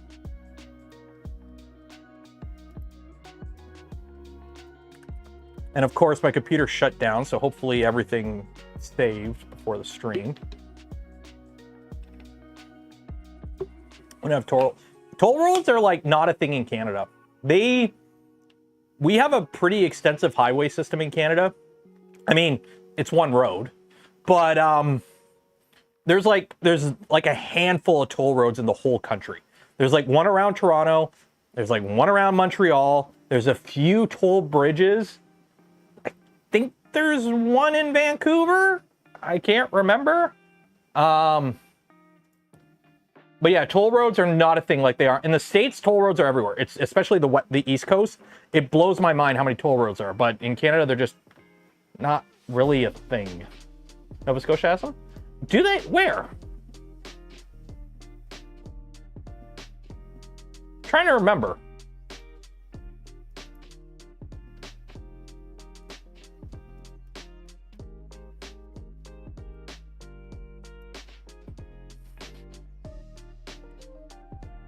What do we have for speeds on this anyways? Yeah, sure. Import G-code file. Save. Upload and print. Go! On the way to Halifax.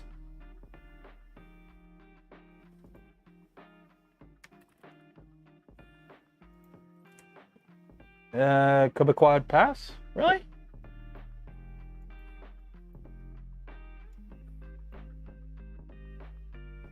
Because, like, you have this road, you have the Trans-Canada that comes through here. And then you just cut down here to Halifax. I'm trying to remember. It's been 8 years this summer since I've been to Nova Scotia.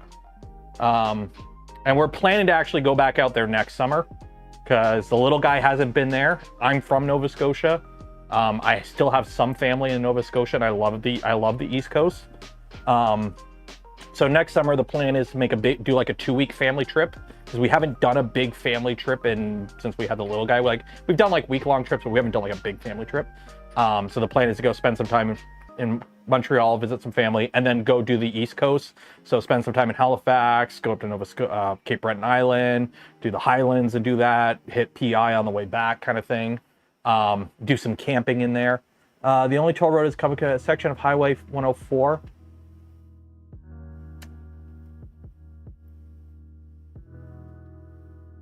Huh.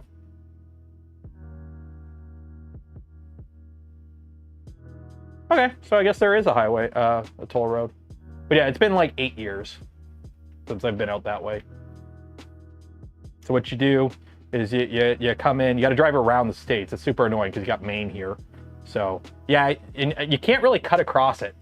It really sucks because we have family here, and it's like, oh, we want to go here. So you just drive from here to here. But there is no way to drive from here to here because there's like, you'd have to like take all these weird roads and cut through Maine, and it's not worth it. So you just kind of go up and around. And it's so funny because it's like you're in Edmundston or whatever, and it's like you've been driving for 24 hours in Canada and the US is just right there. It like kind of messes with your brain how close to the States you are a lot of the time when you do long trips in Canada. But yeah, you come around, you hit up Moncton, you do Nova Scotia, you go do Bay of Fundy stuff, you go up, you do the Highlands. I believe there's a ferry from Inverness, is it? I believe there's a ferry from one of the, or maybe it's down here. I swear I remember being there a ferry from Cape Breton to here. Then you spend some time on PI and you take the bridge back. Oop, printer do printing stuff. I got to tell it to purge a lot more.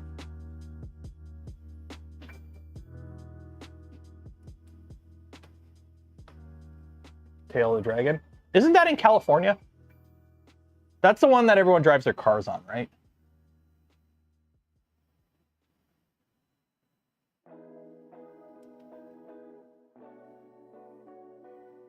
Whoopee Fabrico shipping my 2.4 today. Nice! Tennessee. Is it in Tennessee?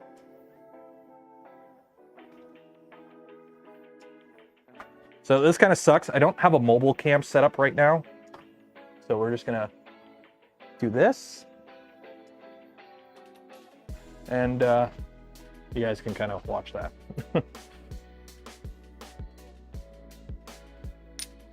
Great Smoky Mountain. Where is Tail of the Dragon? Let's see. Tail of the Dragon. It is Tennessee. I could have sworn I was in California. Deals Gap. Oh yeah, I ain't going down there anytime soon. I've been to Chattanooga though. I've been to Chattanooga.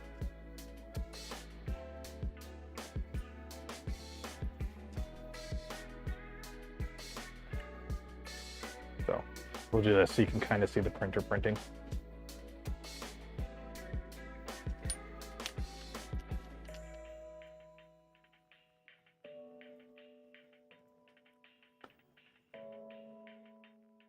FedEx lost the first one, I'm assuming you're being taken care of. You didn't have to buy, like, either FedEx refunded it or something's going.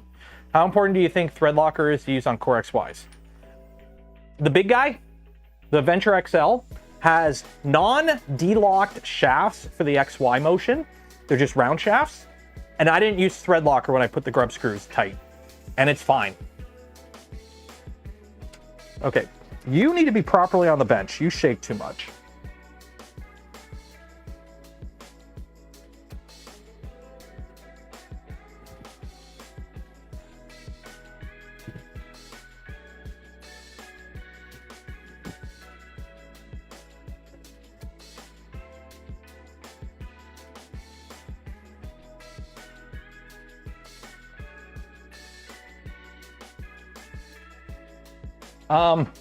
The heater's trying.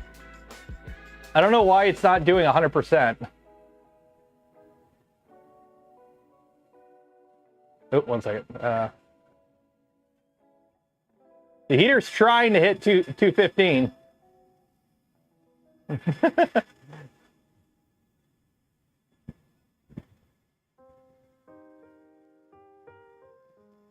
Well, we'll see what happens.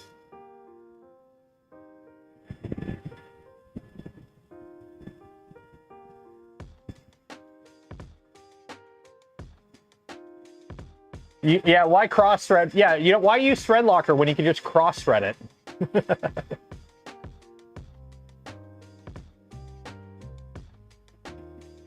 50 versus. I apparently this has an 100 watt heater in it. Apparently, looks like I either sent you 100 or 120. And I'm like, oh.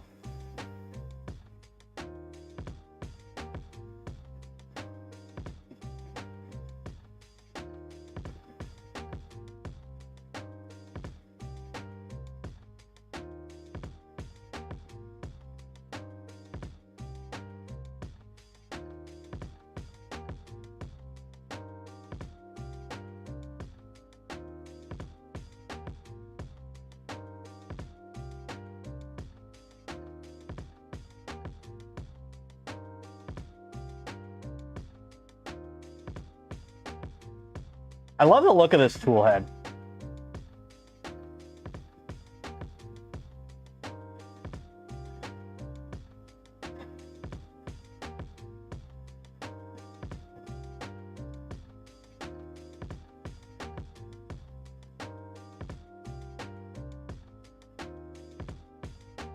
Oh my God.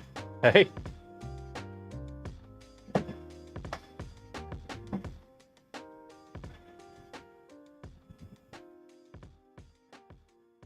Look how fast this is spinning when it's sucking the filament in.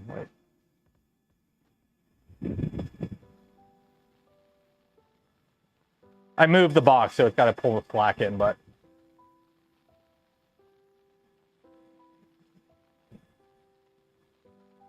There it goes. I think it might be done all the infill, though.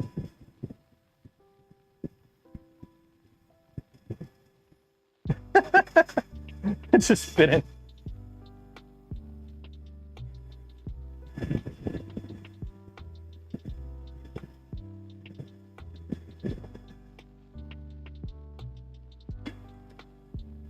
Check out stream chat.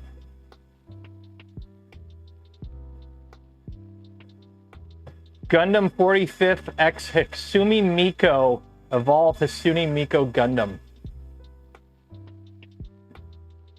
That isn't a Gundam. That's not a Gundam. Where's the pilot gonna sit?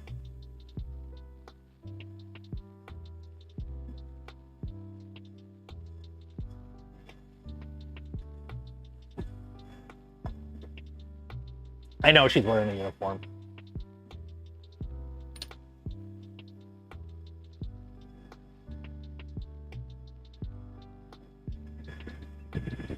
I will say we are getting better. It does look like we are getting better flow control than we did with your first print we did with this. So. Take care, John. Don't forget, we are going to be doing a giveaway at the end of stream. So if you haven't entered for your chance to win some Polymaker filament, link in the video description, enter for your chance. We are going to be doing the giveaway at around 5 p.m. EST, so in about half an hour. So, are you just watching the stream and building the Gundam? I mean, that's not a bad thing.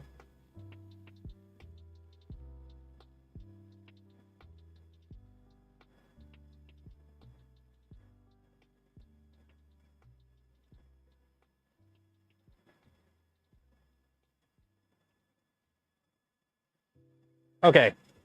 How do you have an affiliate link for something that's not even out yet? I don't even know you could do affiliate links with Kickstarters. Whatever. I just don't... Personally, I'm not a affiliate link for things I haven't tried before type person, but that's just me. Ooh, Fallout 2 trailer is out. Or, correction, Fallout Season 2 trailer is out, so I can't watch that. I can't hear anything.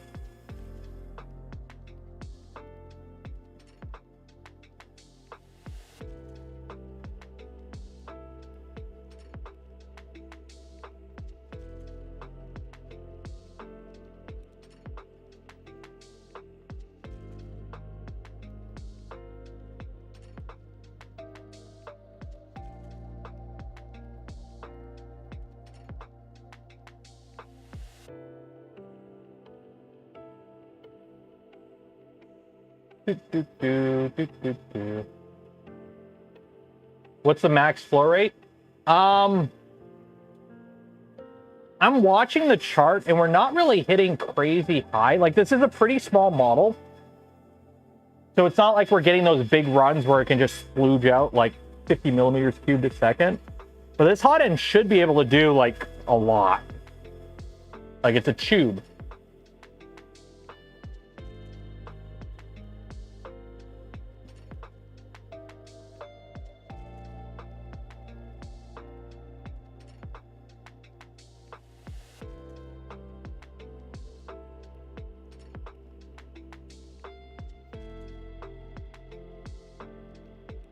All right, let me check out this video. You linked me. So is this the same one I have, or you're sending me? That's a lot of parts. Alrighty. It comes with the pilot. That's cool. So we're going to be building this guy on Twitch for those that are wondering.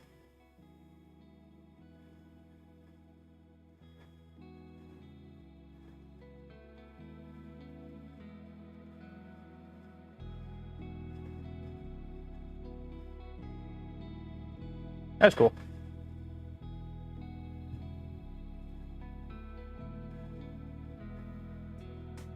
Yeah, this does also have a 0.4 nozzle, so we're not going to get crazy flow rates. You do get more flow with a bigger nozzle.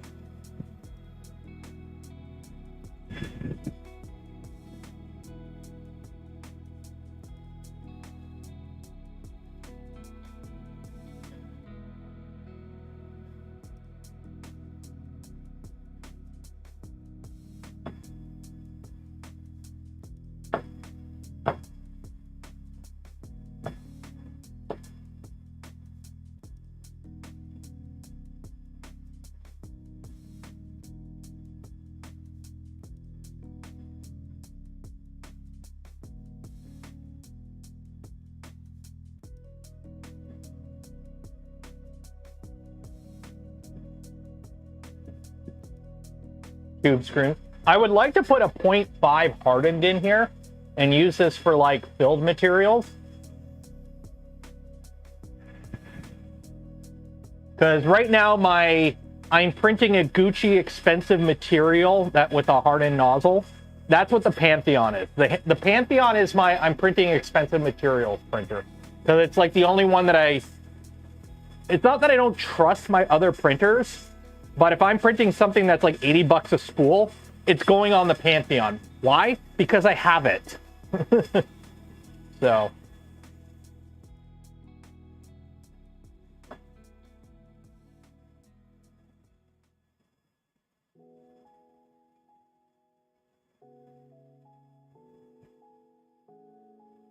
What am I going to do for dinner tonight?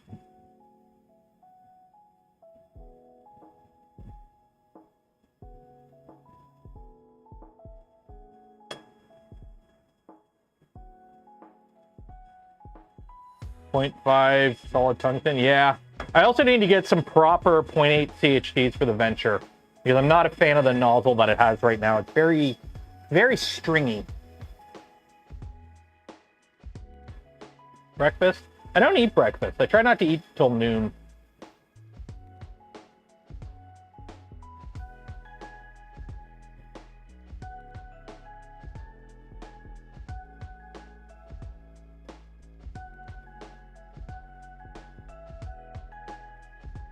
I gotta finish playing Fallout New Vegas. I really gotta finish playing Fallout New Vegas.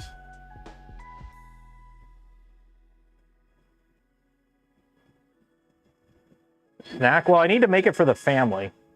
I gotta feed the wifey and the little guy. So.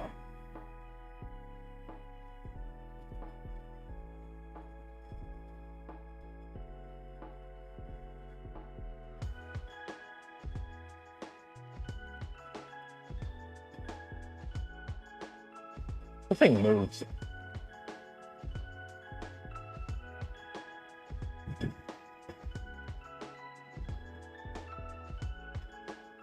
Yeah, I think we are getting much better flow control than we did before. Because on the Benchy that we printed, we had a bunch of under-extruded sections. Costco pizza. Tomorrow's Costco day. And Costco day is Wednesday, which means we hit up Burger King on the way back because it's Whopper Wednesday. That's like the one day of the week we get fast food. And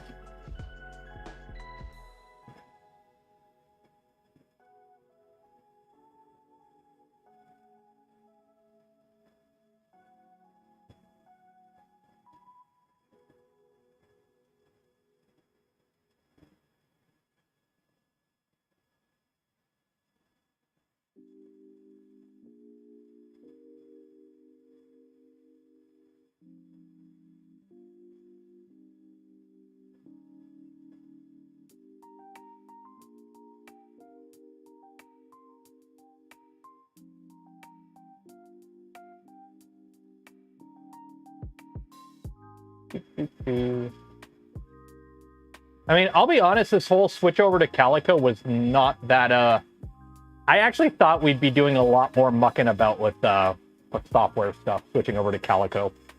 Like, this actually went a lot smoother than I thought. I even wore my Tech Quickie shirt. Why? I don't know. It was the first one in the drawer.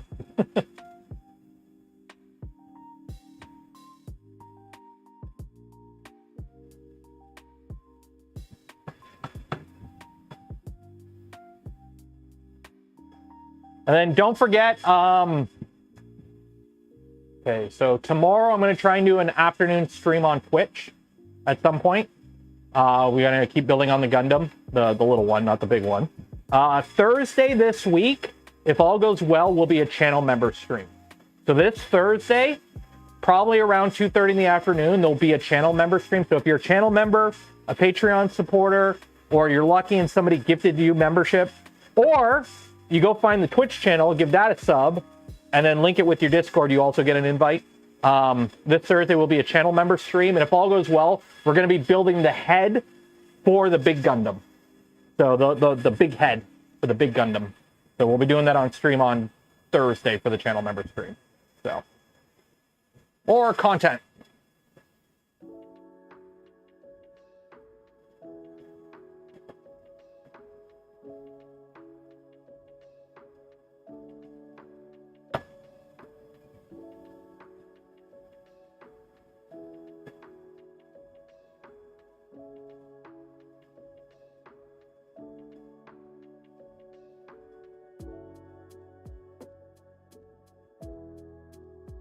Video on the subject of what?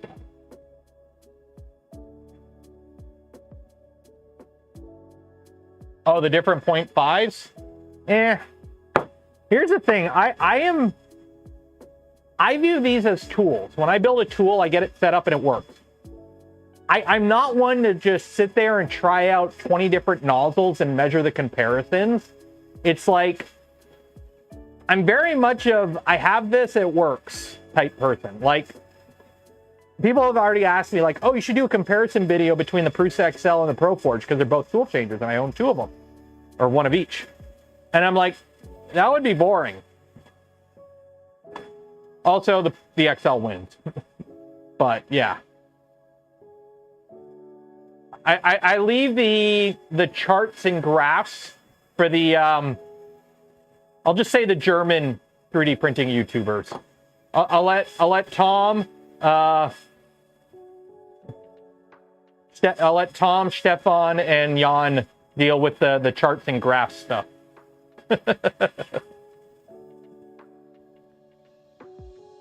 And every now and then Angus can do it too.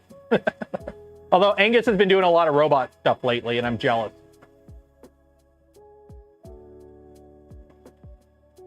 Do we do a poll on everyone? That's why I got the questionnaire.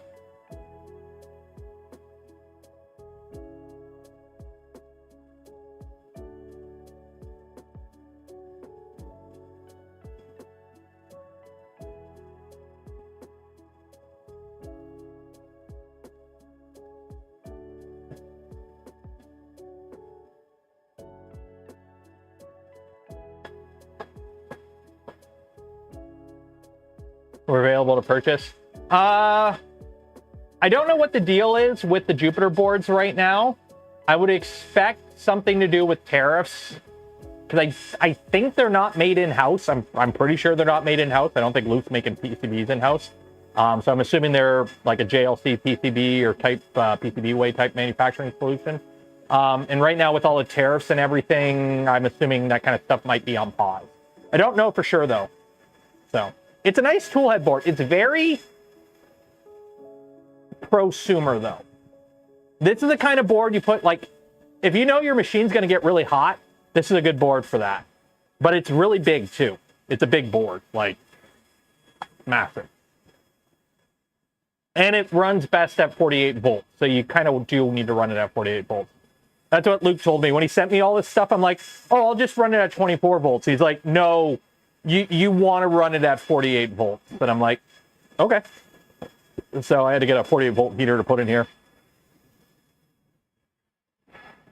Well, he sent me the 40 volt. I had a 48 volt power supply, which is woefully underutilized because it's only being used for the tool head.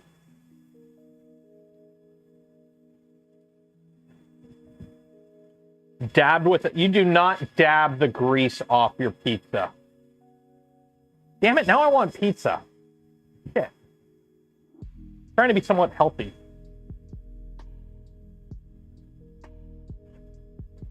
No, the AB motors are not, because the drivers that this kit came with are, they're not drivers that can do 48 volts. They're 24 volt only drivers.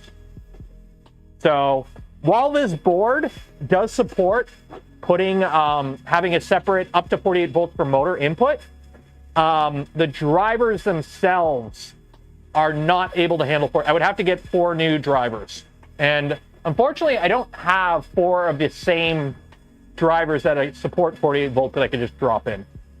So I'm running at 24. Although, let's be honest, the jump from 12 to 24 is way bigger than the jump from 24 to 48. Also, if they're running at 24 right now and they're doing just fine, going to 48, they're just going to do fine too. So.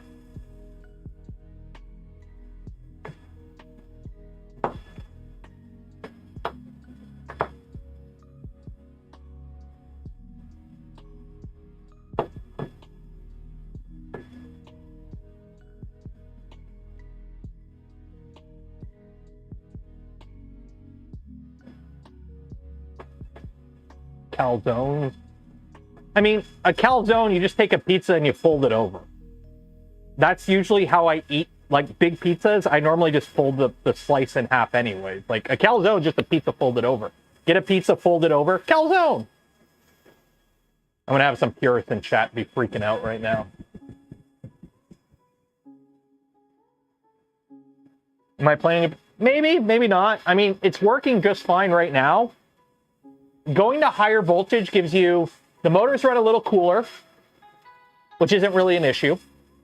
Because they're not running too hot right now anyways. They run a little bit quieter. which is good, except for the fact we have two flippin' blow-emitrons on here that it's going to be louder than anything that the motors make. So essentially, all the benefits don't matter on this machine.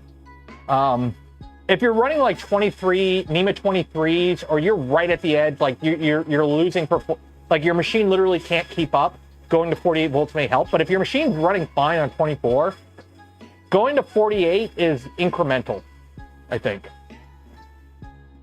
Yeah, and you need one less. Like, I have a separate 40 volt power supply in here right now. You can see both power supplies there because we had to, because the controller board for the tool head itself is all 48 volts. You know, the fans are 12.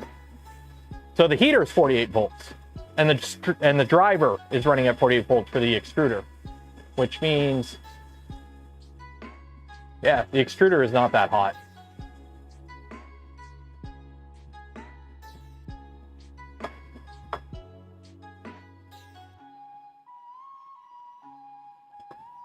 In college, I delivered pizza to a Burger King. I mean, if you're on lunch at Burger King and you're hungry, like, you don't always want to eat Burger King. I mean, I got sick of Burger King for a while at one point. My brother used to work at a Burger King, and they closed down. They moved from one location to another. So they closed that location, they opened another location. So they just moved everything. Right? So they just they took everything in the one Burger King, they put it on a truck, drove it to the other Burger King and set it up. The thing is, apparently, if product is unopened, you can move it. So if you have a case of beef patties and they're closed and they're still sealed, you take it out of the freezer, and as long as you get into the other freezer within a certain amount of time, you're good to go. But anything that is open, you have to destroy. They're not allowed to transport it. So my brother brought home like two partially, barely emptied, like they were like 90% full, two 90% full boxes of Burger King beef patties one day from work. And we just threw them in the freezer, and literally that whole summer, like every other meal I made was Burger King, was hamburgers. Because it's just like, we had like 180 beef patties. So it's like, okay. So you make them on the grill, you do two of them. You make two of them, put your toppings in the middle, boom, boom, buns. Done.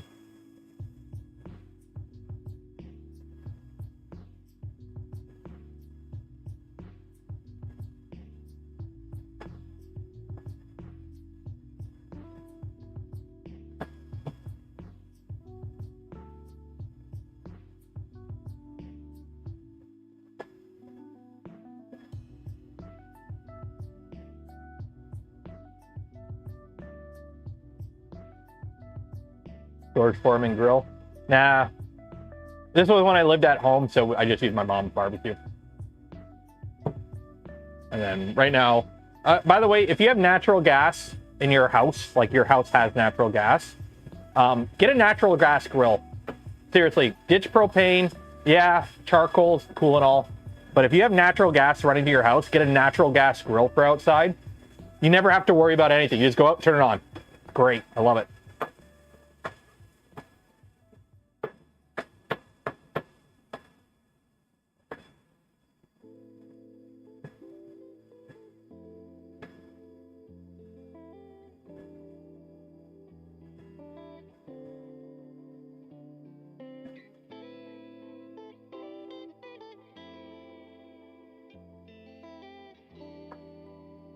Yeah, it's really nice. Natural gas, and like I had to run the pipes.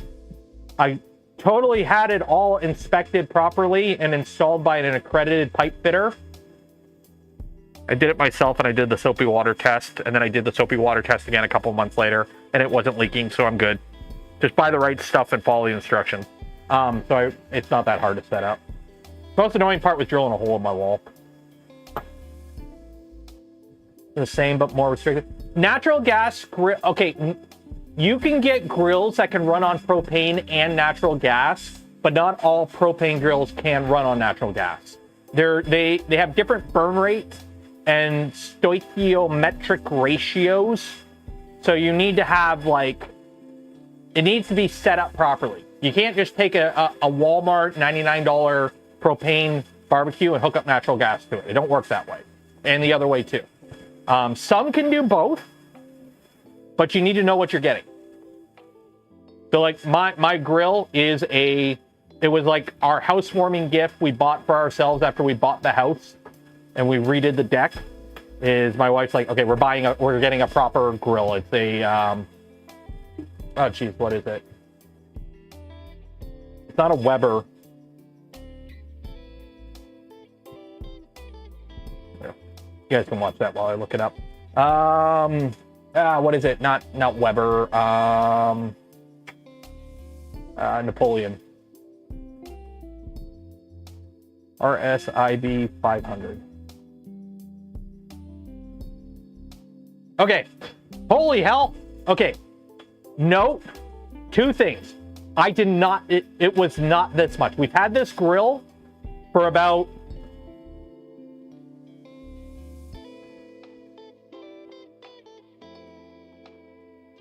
8 years now.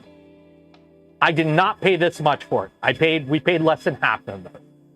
But this is basically the grill we have. We have the older version of this. It doesn't light up or anything. Oh, this is the Prestige, that's why. That's the Prestige. We have we just have the regular, I think.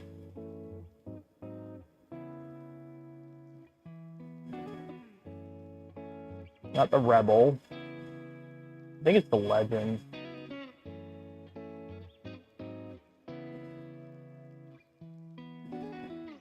It's the RSIB 500.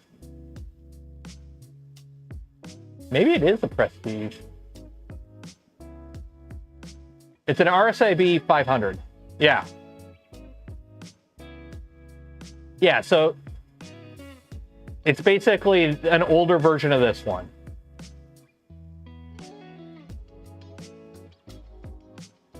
Well, they're made in Canada too. Like Napoleon grills are made in Canada. They use like the proper heavy duty stainless steel. So they last a long time. That's one of the reasons I got it. But it's really nice because it has, so you got like 4 burners in there. You get a side burner that's a ceramic heater that gets stupid hot. And it's really good for steaks. And then we also have this burner in the back for rotisserie. So yeah, you have the rotisserie burner in the back. We don't have LEDs or anything on it, but yeah, it was a lot of money at the time. I think we paid around $1,500 for it. How much is it now? 21. Yeah, we paid around $1,500 for it, but this was like 8 years ago. But it's natural gas, so whenever we need to cook, you just go on and turn it on. You don't have to worry about anything. It's great. I love it. No propane. Before we had like we literally had the $99 Walmart special. And all I do is every spring I do a scrape clean on it. So I go out, I clean it with like barbecue cleaner or whatever. I scrape off all the gunk and shit. And then every other year or so, I take it apart or take all the burners out, power wash it all, clean it all up, put it back together. And it's been 0 issues.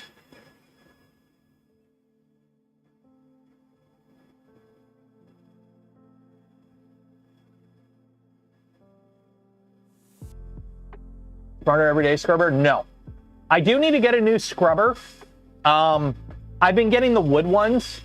So like it's like wood bristle ones. They last about a year. The thing is they cost about $10 each and they last a year versus the Smarter Everyday Scrubber. Smarter Everyday Scrubber. Because I watched that video and I actually went to go buy one. The problem is it is too bloody expensive. It is way too expensive. It is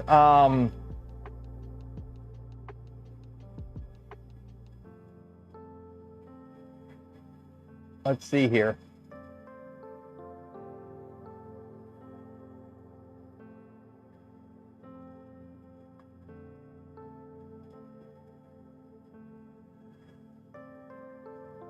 Yeah, so it's $74.99 plus $20 shipping.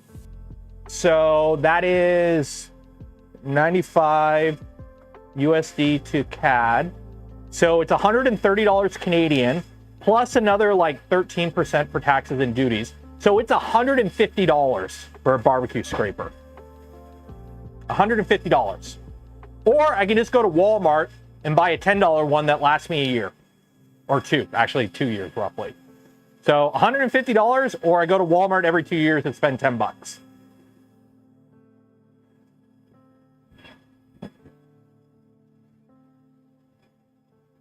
So, yeah. Or I wait like 5 more months until China clones it and I buy it for like 50 bucks. Because I'm not American. Made in America means all to me. If you advertise your product to me as made in America, I don't care. It's foreign. Buy Canadian. Buy a Pantheon.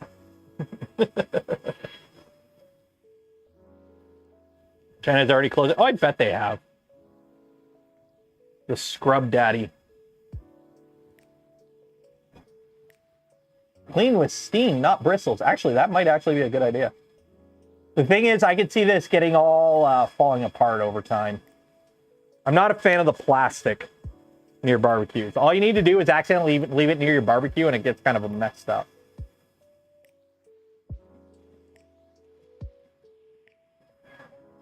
Oop, one second.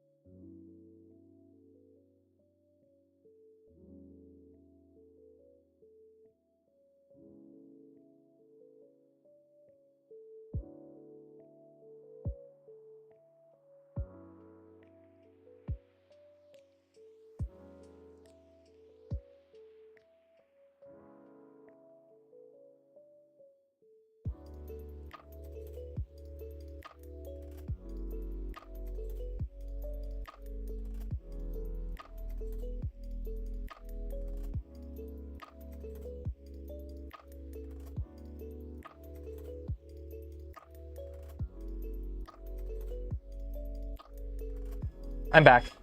Apparently, the little guy also wants pizza. So he informed me that we are having pizza for dinner, which means we have to go out and get pizza. So there we go. Barbecue Daddy works better for flat tops. I have, so my grill, the way I have it set up, I have a, we bought at Costco, one of those like, what's that, the company that makes the cast iron stuff? Iron Forge or Pro Forge, not Pro Forge, whatever. We have a cast iron like skillet top. So it's just a cast iron plate. And we just, I'll use it for smash burgers or anything that I need to cook on a flat top. I just throw that on top of the grill and I'll heat it up. So the head tail is loose. Oh, it is.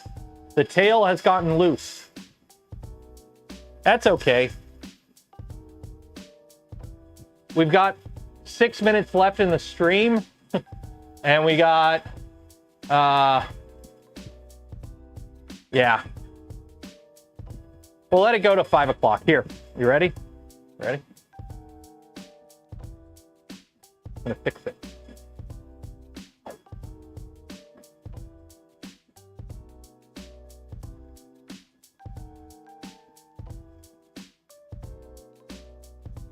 Ow.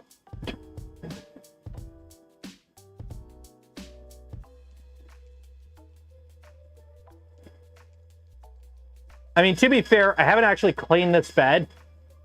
It's, this bed is a mess. This printer was sitting on the floor for a while, and all I did was just kind of wipe it down. There's no Vision-Mine or anything on the bed, so it does need a clean. So we'll just let it go for another Lodge. That's what it's Lodge. We have a Lodge cast iron skillet. that I just kind of throw on the barbecue or the grill whenever I need to cook anything that benefits from a grill or a flat top. Good for smash burgers.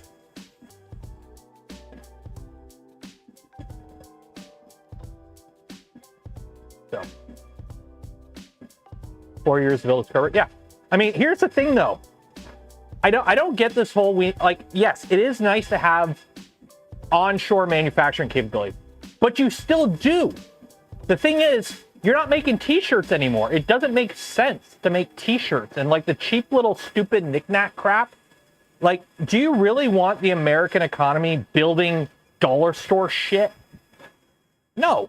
You still have the manufacturing capability. It's just moved beyond freaking building dollar store crap. You offshore that to where labor is cheaper. You ain't going to be getting somebody, you ain't paying somebody 20 bucks an hour to run a machine making freaking 30-cent freaking, where are the stupid cutters? Where are my stupid cutters at?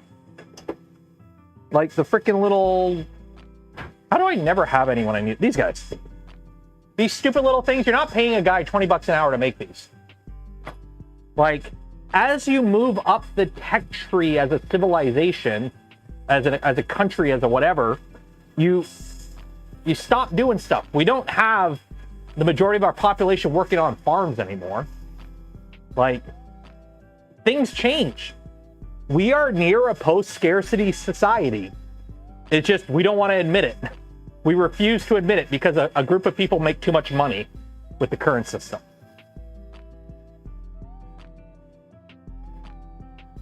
$20 an hour min wage. Oh yeah, that's right. You Americans are fucked. Here in Ontario, it's 15 bucks an hour.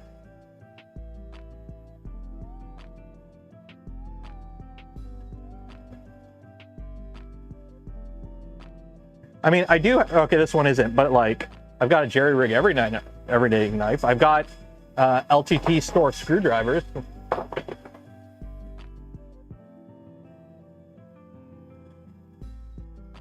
Yeah, I remember when they bumped up the minimum wage in Ontario and the boss at my shop was all pissed because it's like, we just did we tried to do a bunch of hiring and we couldn't get like new kids to come in for apprenticeship. And I'm like, well, how much were you offering them? And they're like, minimum wage. And I'm like, so you're telling me kids don't want to come work $13 an hour in a shitty shop where they get demeaned and yelled at and do a shitty job that's messy and dirty when they can make the same amount of money working at McDonald's or a grocery store? Maybe you should pay more. And then he got angry at me.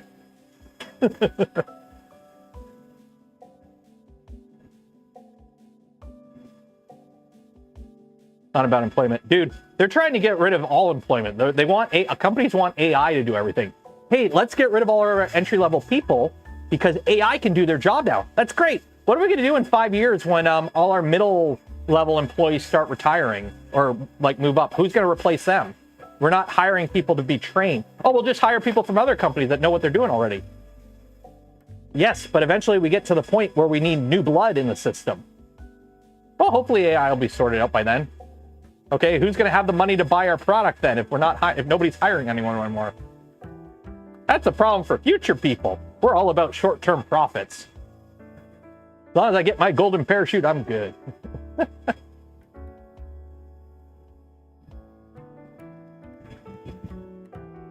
Yeah, AI, them damn you ain't going to McDonald's and seeing a clanker buying a McDouble. Did I say a McClanker?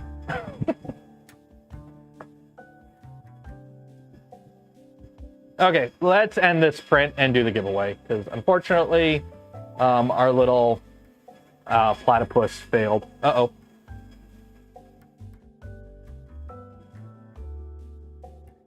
Cancel print.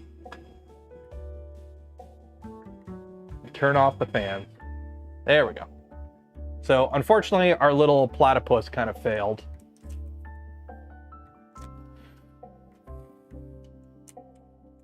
I mean, some of it stuck to the bed pretty good. So how is it doing? Yeah, we're still getting those under extrusion areas. But I think that's the heater not working right. I mean, we do have the movable, oops, sorry. We do have the, it does. Okay, in the bin. Okay, so that was Calico Clipper. That was actually, not gonna lie, that went a lot better than I thought in terms of the install. I thought we would have more faffing about.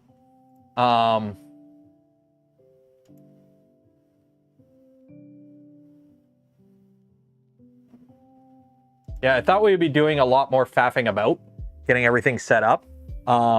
We are going to, I am going to drop the heater and verify its wattage. And also I got to check that PTFE tube as well. So maybe we'll do that on the Friday stream, and then we gotta re-enclose this printer as well, because it is getting very loud. We need to fix that.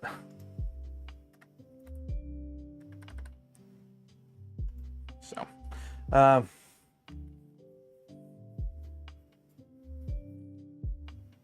society was not ready for the internet. Oh, dude, the internet is collapsing right now because all the country's freaking out about like the whole kids on the internet. When I was a kid, like, you had websites for kids, and then that was it. Like, now it's like websites have to be for everyone because we need to optimize eyes on everything. And oh shit, now we have kids looking at stuff on YouTube that's adult. Well, now we need to age verify. It's like everything's going to shit. It sucks. I don't like it. At least YouTube hasn't asked to verify my age yet. I'm like, my YouTube account is over 18 years old. So, I was a kid there. Back in my day, like I'm around for dial-up. I remember dial-up. I remember when Newgrounds was new, Albino Black Sheep. I remember going on cheatcc.com to look up cheats for Turok for my N64. I remember that. I remember like original forums and like ICQ and all that. Like that's early internet for me. I was before or after the BBS days. So BBS and all that was not for me. So I got in like late 90s was internet for me. We got our first family computer in like 98. 97, 98, I want to say.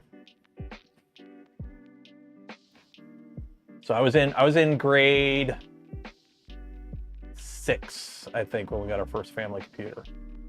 So. Has stopped selling machines to resellers. I mean, are they coming out with the X1 too? I mean, the X1C is kind of a weird. The X1, I think they're sunsetting it because they probably have an X2 coming out, which is, you know, makes sense. But it's also the only machine in their lineup that doesn't follow their current lineup. The X1 is like their Tesla Model S, which was made to get everyone in the door and then sell everyone the cheaper car. Because the X1C is completely different than every other one of the machines. I don't have it out here anymore. It runs Linux. The X1C has a separate MCU in it specifically for running Linux, for the touchscreen, for the LiDAR that's not LiDAR, and like a few other things like spaghetti detection. They dropped that. I don't know if the H2D has that too. I can't remember. I haven't really looked into the H2D much, to be honest. I'm not impressed with it at all. I think it's overpriced and it's a gimmick. But anyways, so like the P1 and the A1 is their bread and butter. And those just run like completely different firmwares, and they're just running like an STM processor or whatever. So yeah, the X1 has kind of been a weird spot because like, why would you buy an X1 today? The P1 does everything the X1 does functionally at a much cheaper price. The LiDAR on the X1 is useless. It's just buy good filament. As long as you feed a good filament, the LiDAR is useless. The touchscreen, whoop-de-doo, who cares? And they both use the AMS, and like they're functionally, the print ain't gonna matter much. Yeah, the LiDAR is so good, they only put it on their first printer ever and they never bothered with it again. It's like, that tells you how good the LiDAR is if they didn't even bother putting their $3,000 machine. So, let's do a giveaway. But yeah, they're probably gonna come out with like a slimmed down H2D, because like the problem with the H2D, if I only want the printer, why am I buying a printer that can also be a laser and can also be a cutter and can also do all this other crap if I don't need it?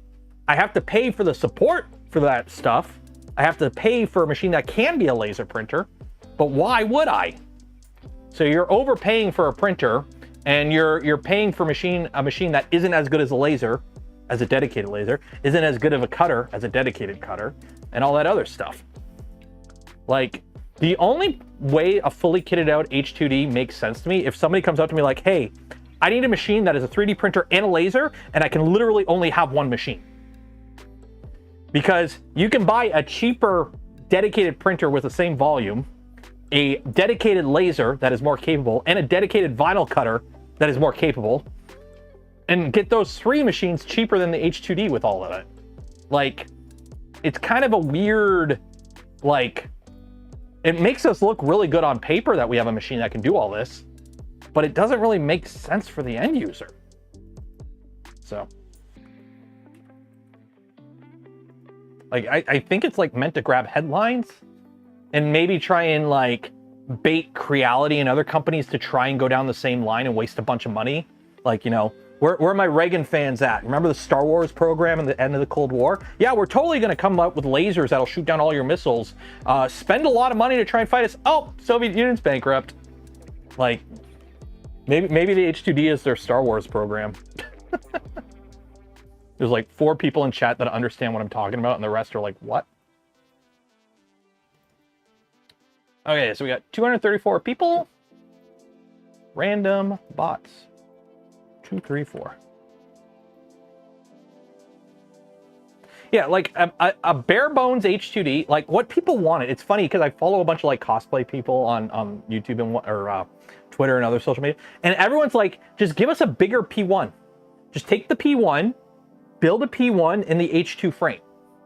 Give us the full print volume, 1 nozzle. We can hook an AMS up on it if we want multicolor. That's all we want. Just a bigger P1. What do? They come out with a more expensive H2 with Ethernet. Okay. So soccer moms, dude, there is a, I go to farmers markets and like art in the parks and stuff like that around me. And there's always groups of people selling 3D printed stuff, and they all have bamboos. And it's like, you are exactly the market for bamboos. You print all the random knick-knack stuff that you sell on Etsy stores and whatnot, and it's funny and it's kind of sad because every time I see them, their prices keep coming down because it's like, it's less special now, right? The market's being flooded with it. Okay, how this works, if you win, you get a spool of filament from Polymaker, but if I pick your ball and you win, you are the luckiest ball in the world. You also get a free hat. This one right here. Who is that? Vinicius. Vinny, if you win, you get a free hat. Good luck. Exclamation mark zoom makes your ball go faster. Exclamation mark gullible makes everyone else go slower. If you like the smash button and ring the bell and are subscribed to the channel, it will actually grease your ball up and make it go even faster. And Scott is off to an early lead here. Oh, never mind. Off to an early lead, but no momentum. MGR is now taken over. Although I think Necro Knight might be in the lead now. I don't know. I was in a car with a bunch of other 3D printing content creators and like people in the industry when like all the stuff for the H2D was leaked. And we were all just like looking at everything like that was being leaked. Like this is just before, like the week before it was actually fully announced, when all this stuff for it started being leaked.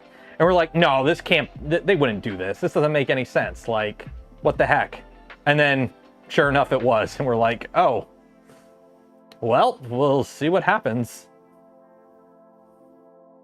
Oh, King Bob with the snipe. It's now yours to lose, King Bob. It is now yours to lose. You have a pretty commanding lead, although there are, well, there was 2 people coming up on you.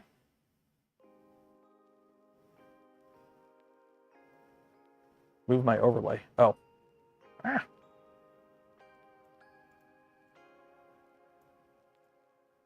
Oh, King Bob, King Bob, King Bob, King Bob with the lead.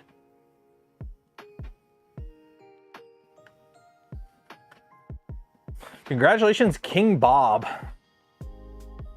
It's kind of funny, like whenever I see like a post about bamboo, there'll be like some people that are super diehard supporting it. And then there's just a bunch of people that are like, yeah, I bought one and I probably won't buy one again. It's like, it's good for getting people in the door for 3D printing, I think. but you very quickly run into the limits of their ecosystem by like, it's a walled garden. It's a walled garden. You have to do things the way they want you to do it, and it gets kind of annoying. That's half the reason I stopped using them.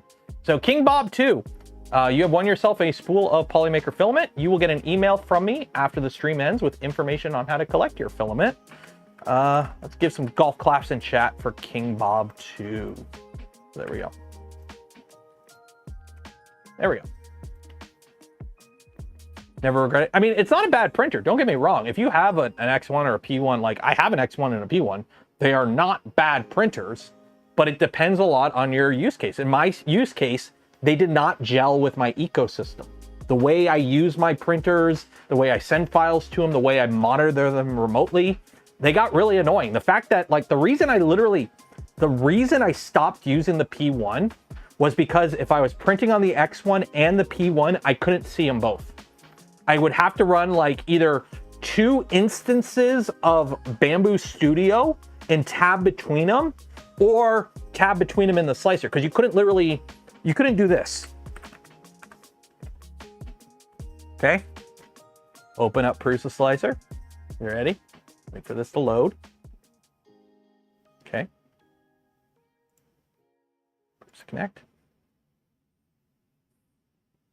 See? I can see the status of all my Prusas at once. You can't do that with Bamboo through Bamboo Studio. You have to install their farm software. Their farm software, one, requires all the printers be up to date on firmware. So that ain't happening for one, because I'm not putting their spyware. And two, it only works on Windows. I have laptops that run Linux. I have a desktop that runs Linux. So I'm SOL. So Prusa Slicer, I can see the status of all my printers. Same with KLIPPER. KLIPPER, you can see the status of all KLIPPER machines. You just make them work together. So I stopped using the P1 because I literally, if I had both printers working, I couldn't check on them both out on clients. It got annoying. So I stopped using the P1. And the X1, I literally would only use it if I needed to use something with filament rollover or print multicolor. The moment I got an XL, I stopped using the X1 because the XL was better than the X1 in every regard. Simple as that. And then I just got rid of it. I mean, it's downstairs collecting dust, so. Just make this a web page.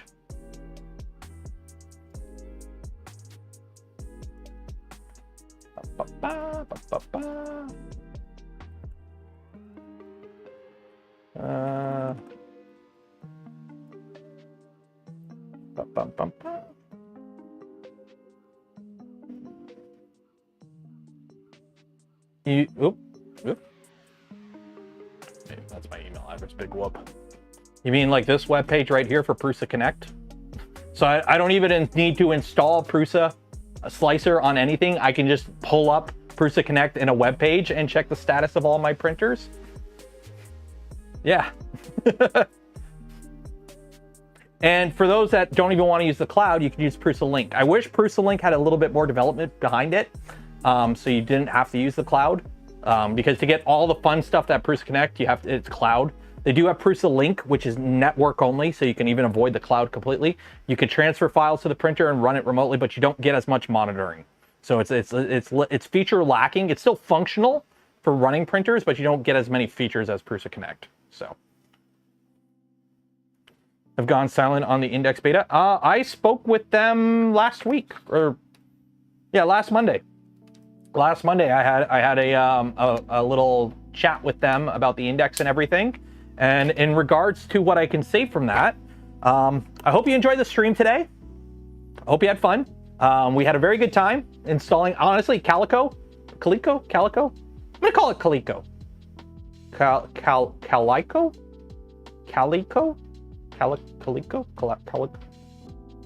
We put Danger Clipper on this printer and it went a lot better than I thought it would. Actually, setting up Calico was not that hard. So I think the next printer we build, we'll just go straight to Danger Clipper. We'll just go straight to Calico.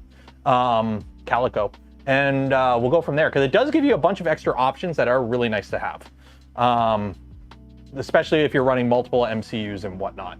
So, shout out to Luke's Lab for the tool head stuff, because again, this entire tool head on here, the takeoff tool head, is from Luke's Lab. So we have the tube, the tool head itself, all nice SLS printed, the Jupiter board, all that. So check him out, link in the description. Also shout out to Polymaker for the spool of filament we gave away this stream and every stream. Links for all of them and more. As I suspected, they aren't gonna, I didn't say anything. I didn't say anything to prove that or disprove that. I just said I had a nice little chat with them, and I'm not gonna share anything that I said from that chat. It is what it is. If it comes out, it comes out. If it don't come out, it don't come out. I don't know. Actually, I legit don't know. We had a chat about some other stuff. I mean, we had a chat in regards to index, but yeah. Maybe they're gone silent because they're so busy working on it and they're not running a Kickstarter, so they don't need to get all the 3D printing YouTubers to hype it up for no reason. I legit know. I'm talking out of my ass right now. I legit don't know.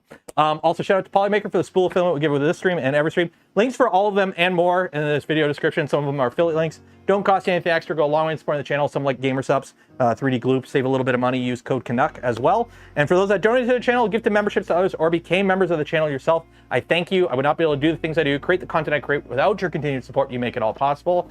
Make sure you're subscribed. Again, tomorrow, I'm going to try and do a Twitch stream. Thursday will be the channel member stream. And then I'll be back Friday for a regular stream. And enjoy the rest of your week. Be safe out there. Wash your hands. And I will see you in the future. Good night.